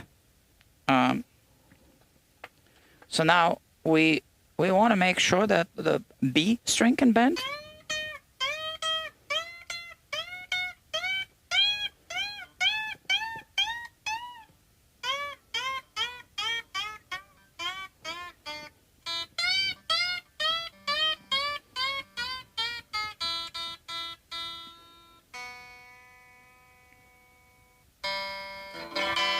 So now I almost forgot to answer the question, because that was a legitimate question, right? So there is a video, there's a couple of videos that I've seen on YouTube, and I respect the, technicians, but they are mistaken. That you need, I don't know, more tension on one side or the other. I can't remember which way they said. So you would angle the claw to get more tension here, I think, so that this is shorter, less tension on this screw, on this spring. Well, no. This is one block pulling another block. It is the sum of the three, no matter how you switch them. It's kind of like putting three weights of different weights on a dish and put that on the scale. It's still, whatever the sum of it is. So this is being pulled. It doesn't matter if you pull it here or in the middle. It's the same. Yeah, sorry. I forgot to answer the question right away.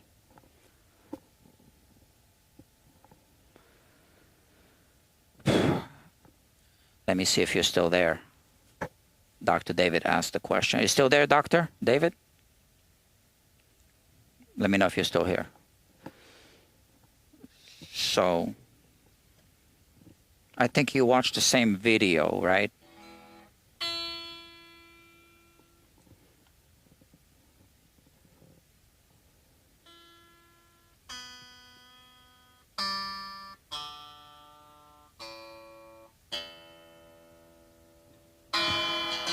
So, the intonation needs to be good. So we adjust the saddles.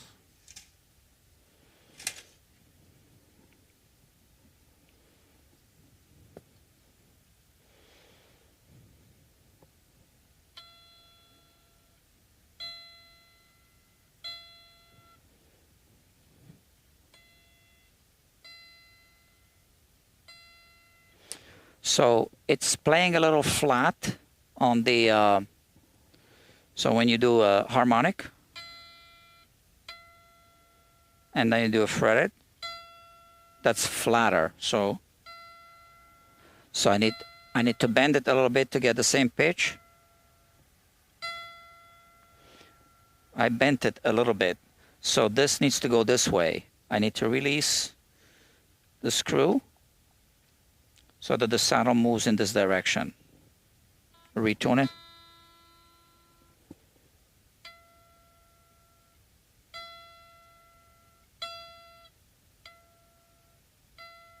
Now it's good.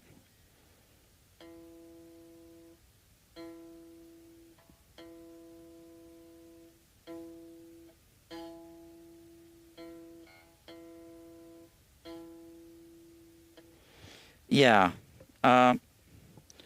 This saddle always worries me, especially when I see a spring that's long. Let me take the tuner. So this is a strobe tuner. It's very precise. You can use it for the intonation compensation. Sometimes I use the computer.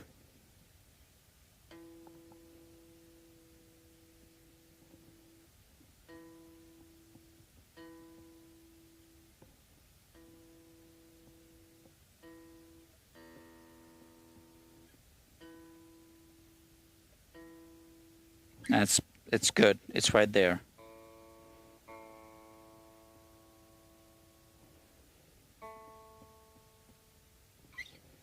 That was right there.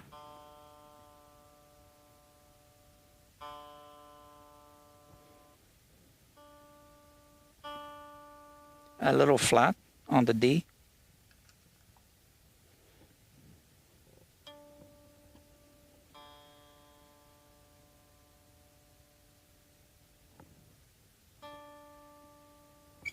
Let me double check the A.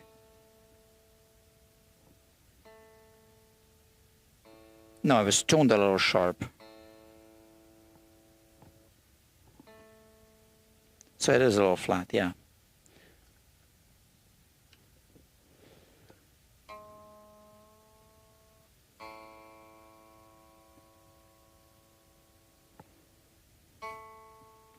Perfect. G.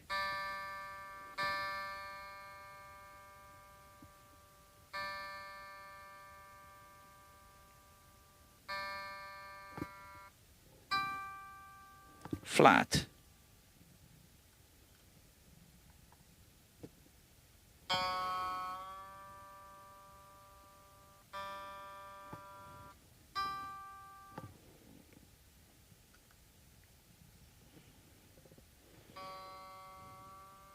So the idea is to start with the saddles a little further back so that you don't put a crease, a kink on the string in the playable part of the string, just behind the saddle.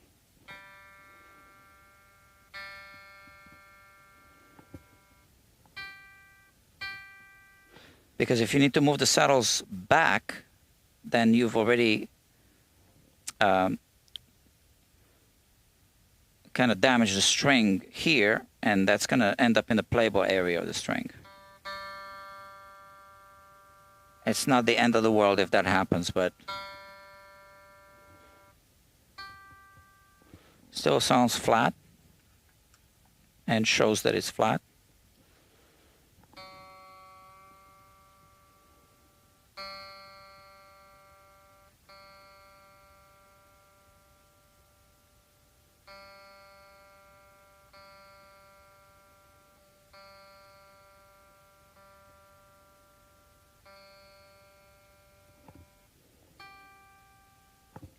So sometimes you get some kind of discrepancies. If there's a problem with the nut, I need to check this G string,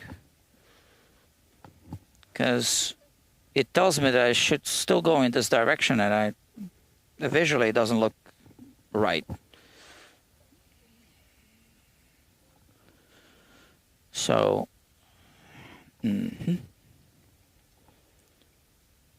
all right. So here we have the G string.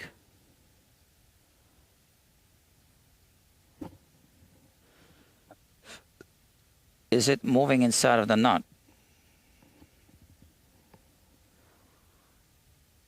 No. It's perfect. All right. So sometimes the string can be lifted a little bit here when it's pushed down. If there is a small, you see, like here it's hitting this. So I'm gonna touch that up a little bit because I think that the string is lifted in the knot a little bit. Inside of the knot.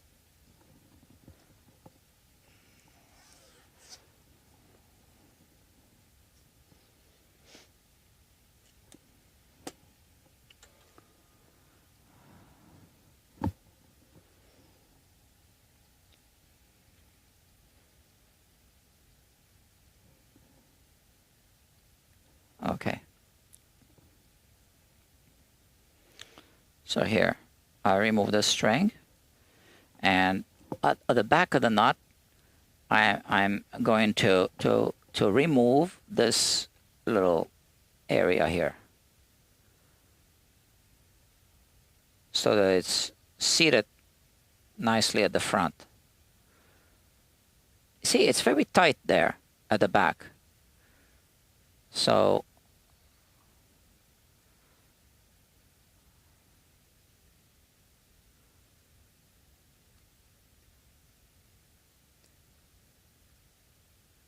you can see that.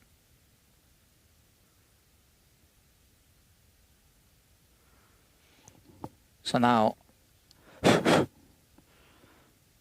we want it to be really anchored at the front.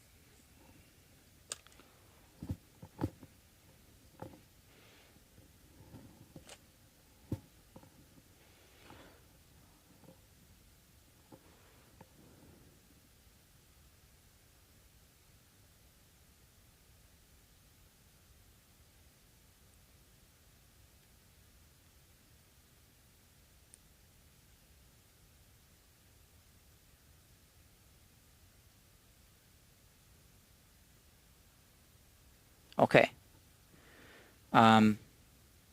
So I can see what kind of files he used. So you can see if I zoom in all the way, he used a V as in Victor shape file.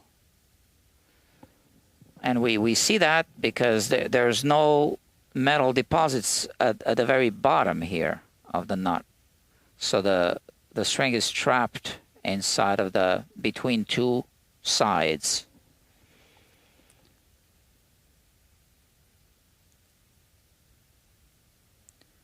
Now, that means that the very tip at the bottom could be lower than we actually want it to be, which is why I need to be very careful what I'm doing now, because I don't want to be making a new knot.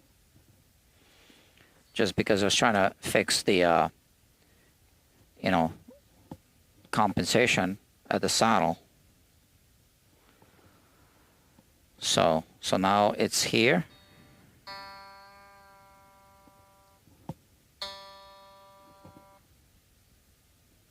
It's not moving. No, it's not moving inside of the knot.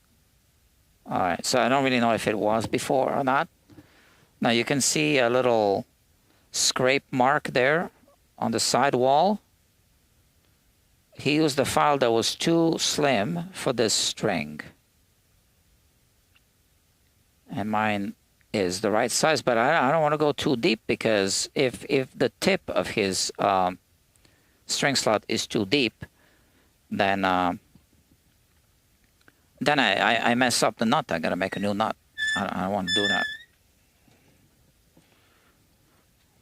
So let's check again.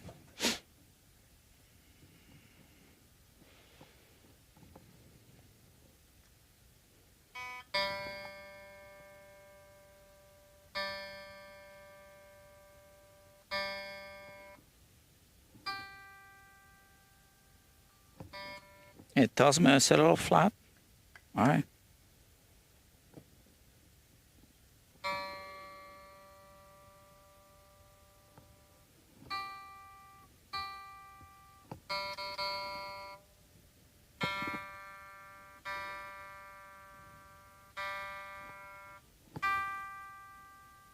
Almost there.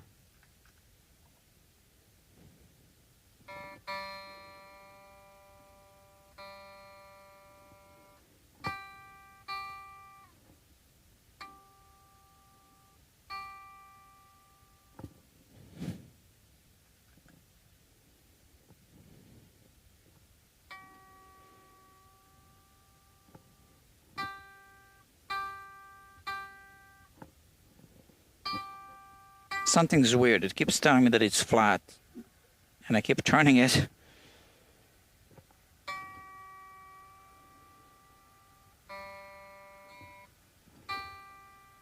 Now it says that it's dead on. Let me check the A.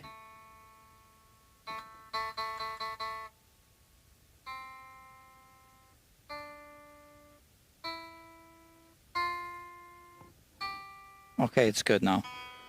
B. Flat. All right.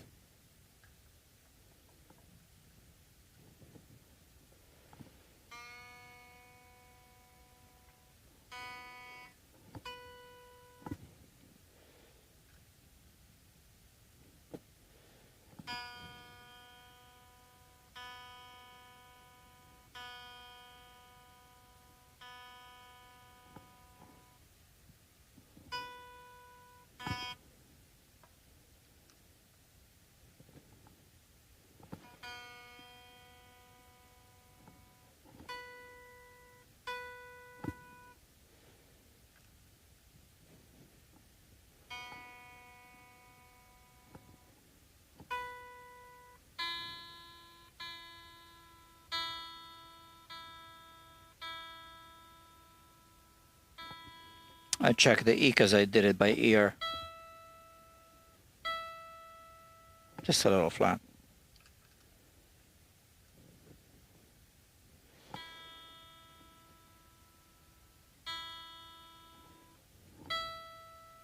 Okay.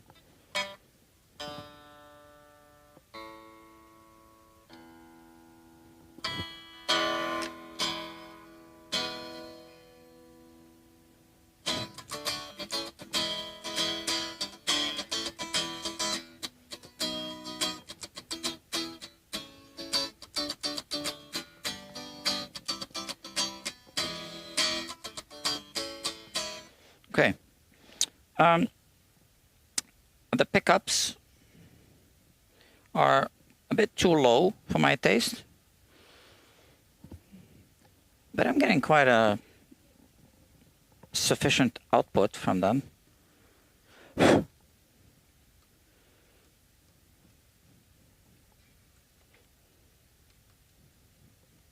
don't spend a lot of time on the pickups. I pretty much eyeball them.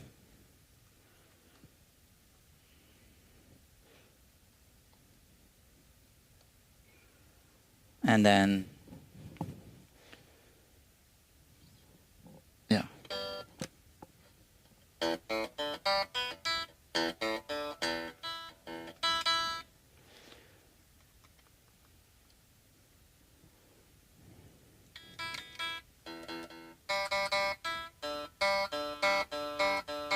I cannot balance out the D and G.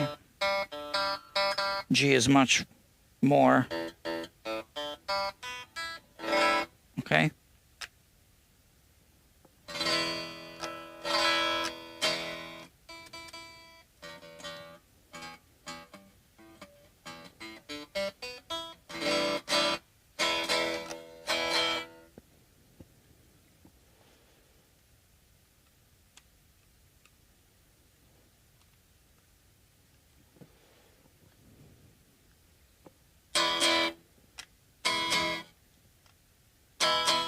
Okay.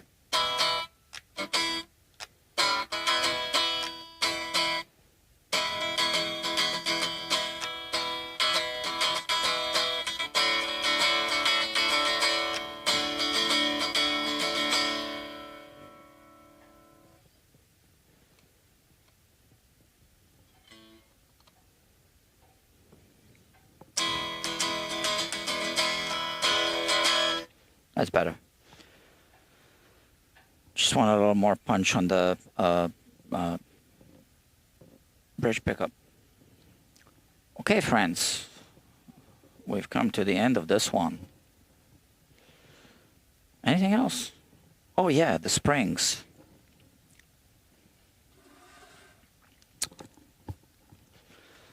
All right, where's his whammy bar? Not here. I guess he doesn't even use it. And do I have an extra one here? Well, we'll discuss that when he comes to pick up the guitar. It's going to be a quick adjustment if we have to do it.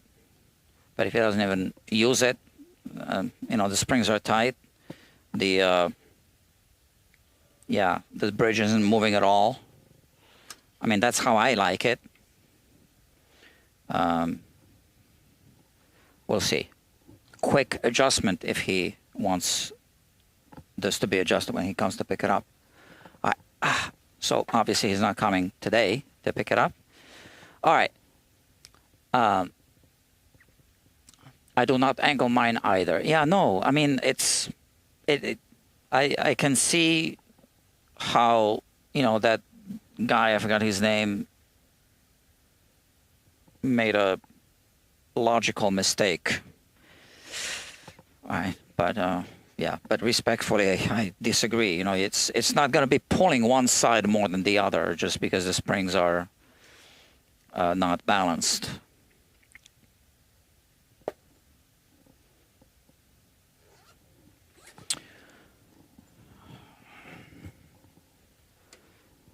All right. All right, so it was that guitar tech, and then a guitar player, like a really good guitar player. I forgot his name. He's got a channel. Repeated that, and I made a comment, and it was, you know, disagreeing with what he said, but you know, he was cool about it, and he said, "Yeah, I think maybe you're right," and you know, so, and it's not that I want to be right. It's just that it doesn't make sense, right? So, it can't be. I mean, it shouldn't be angled. You want, you know, all the springs to be pulling the same amount. I used to actually put the springs like this, like, you know, these two here. So you can do that if you need more spring tension, but it's actually better if all three springs are pulling the same amount, right? I think that's something that I recently changed, and it was because a viewer actually made a comment on one of my videos, and it, you know, made me think about it, and I feel that, you know, he was right. So yeah, I thank you, whoever you were. I forgot who it was.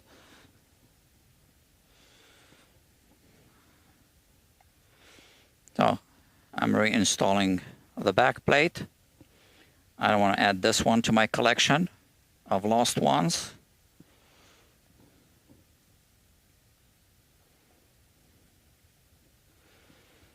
Guitar techs have collections of these and truss rod covers that we forget to reinstall.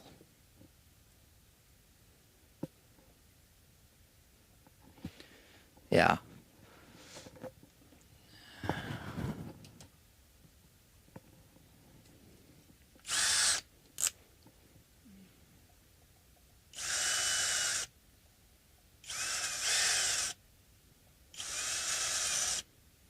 You gotta be really careful. Hold on. With this kind of finish, if you scratch it, you cannot fix it. It's unfixable. The only way to fix it is to strip it and respray the entire guitar.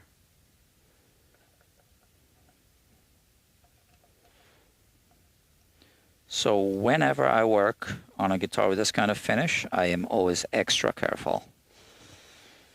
All right. That's it.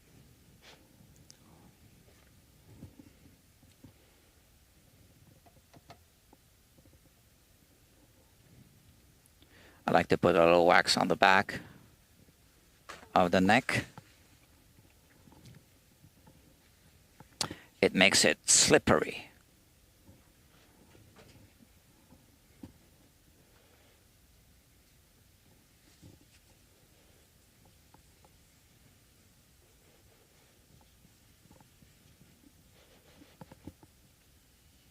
Okay. That's it. All right, so the guitar is going to go back in the case in a minute. Now just put the wax, let it stay like this for a few minutes. Okay, friends, so we've come to the end of this. I need to record a couple of videos for the main Guitar Quackery channel. The bass review. Okay, since you are here, let me explain what I'm doing. So I have another bass like this here. I almost finished the setup on it. I just need to put the strings on and then do that part of the setup. And I might not finish the setup. You see, there's still the price tag here. So this is straight from the store that I bought. And this one was the only one there. So it's a review of a bass that, as a customer, I could have just bought at the guitar store. But I noticed something. Twisted neck. So the other one I really wasn't impressed with. And I'll show you the twist. But I need to put the guitar away. So let's do this slowly and carefully. All right, so it's a Sterling. What is it called? It's at the tip of my tongue. What do you call them again? Oh, come on. Stingray bass. Okay, I have a hanger here for the guitar. Stingray. And it costs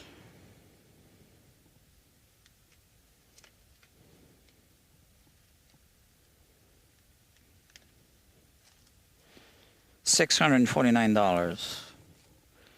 That's because it's not a Music Man. And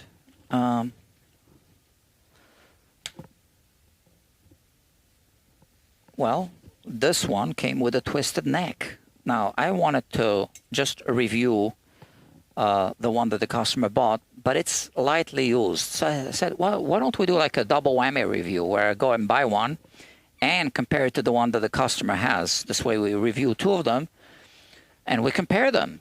Are they the same? Because in my opinion, guitar reviews are, you know, kind of useless, right? Just the guitar that I'm reviewing isn't going to be the one that you're going to go, that you're going to end up buying. So I just wanted to, you know, make an experiment. Let's see if I look at this one here, which is customer owned, and say, oh, I like it. Let me go buy one.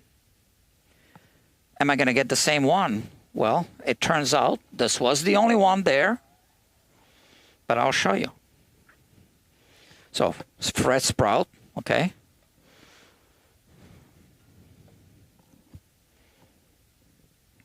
And you already know it's got a twisted neck. I'll show you. So, I already scanned the other one with a 3D laser scanner. I already did that. So I'm going to scan this one as well.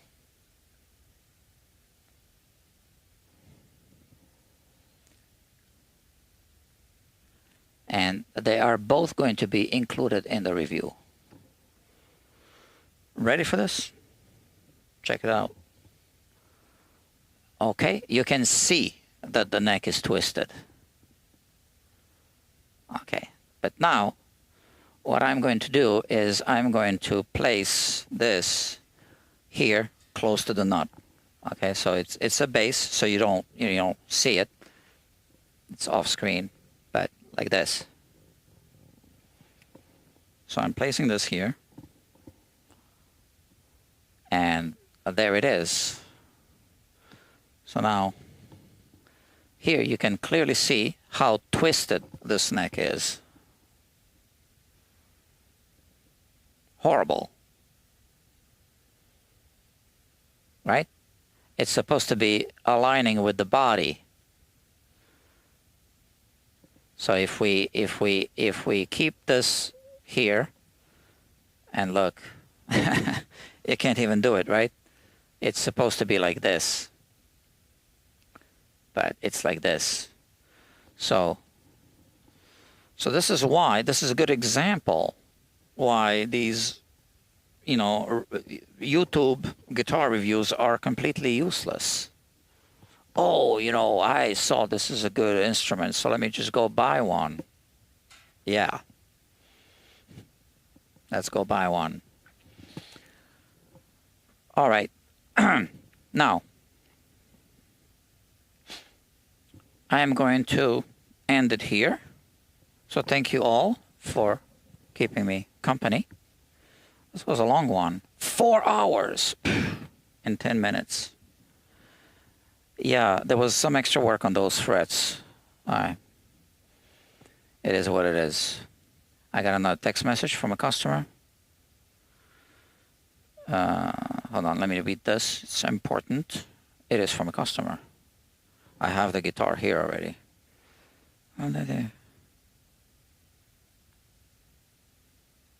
Yeah, let's hope so. Okay, kids, let me go, and I'll see you next time.